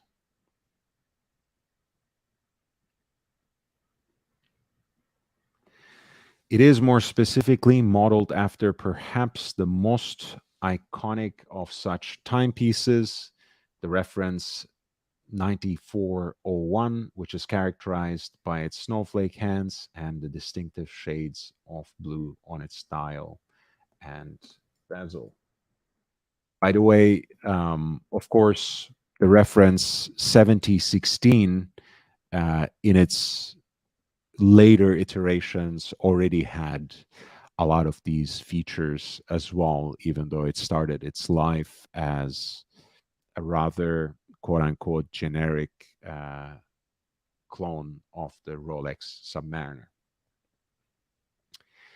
The Tudor Pelagos FXT seems particularly appropriate for a memorable occasion such as the first triumph of Inter Miami. Just like the original mil-spec version, the piece comes engraved on the case back with a 2-digit inscription of the year of supply, or in this case, of production. I don't know if, of course, Beckham's piece is a newer one. I know he had one of the Pelagos FXTs before, pardon me, before they were even released to the general public. but he may have a constant supply of them. So I like to think that this particular example was from 2023, which will forever remain in the history books as the year in which Leo Messi won their first historic trophy for Inter Miami or Inter Miami. I don't think they make a Destro FXD just yet, or as part of the production. They make an LHD Pelagos, of course, on the full bracelet.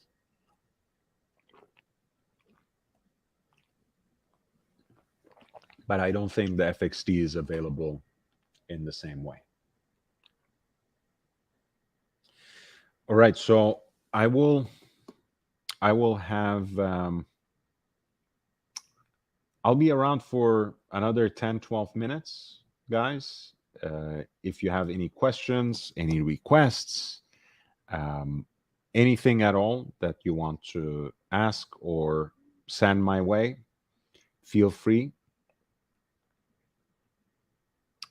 I will be signing out slowly but surely. Hit the like button on your way out. I really appreciate that. In either case, stay safe, stay healthy, and enjoy your watches. I'll be with you on Thursday again, and then until the end of the week as well. But I am taking tomorrow nights off. I'm busy on Wednesday nights in general, and also perhaps my eye will benefit from some rest as well. Again, I'll be here for another 10 minutes or so, so feel free to send any questions or requests my way. But I'm transitioning into the nights now.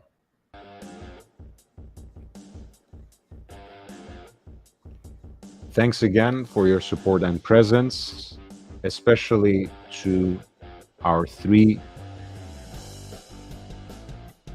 super chats of the day. Basil's Bezels, who is also a member, Jake Brooks, a member as well, and Sam Davidson.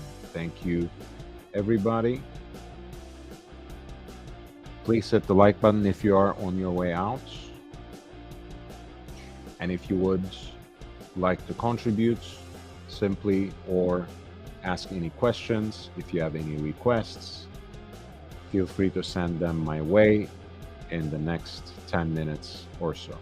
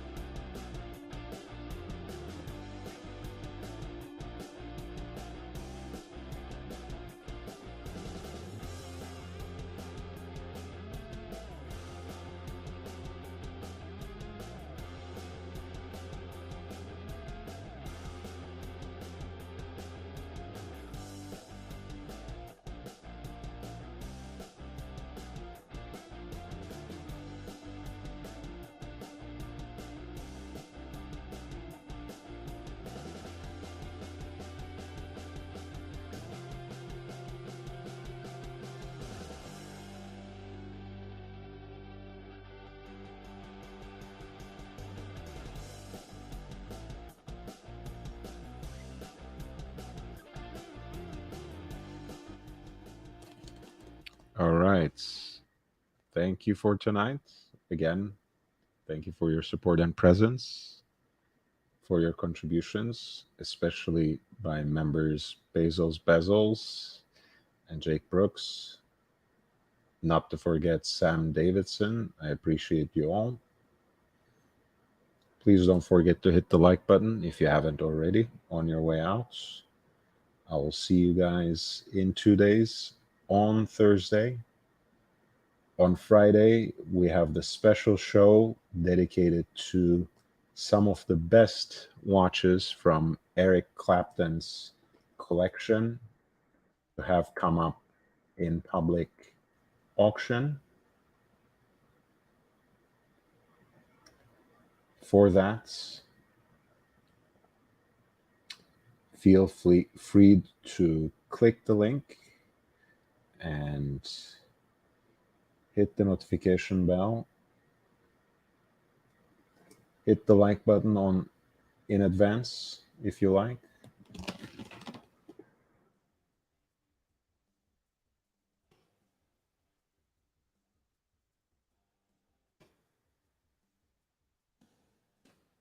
I look forward to seeing you in 2 days on Thursday and on Friday for the special live stream on some of the most interesting pieces to have come up for sale on public auctions from Mr. Slowhand's collection. Of course, none other than Eric Clapton. Until then, take care. See you in the next one.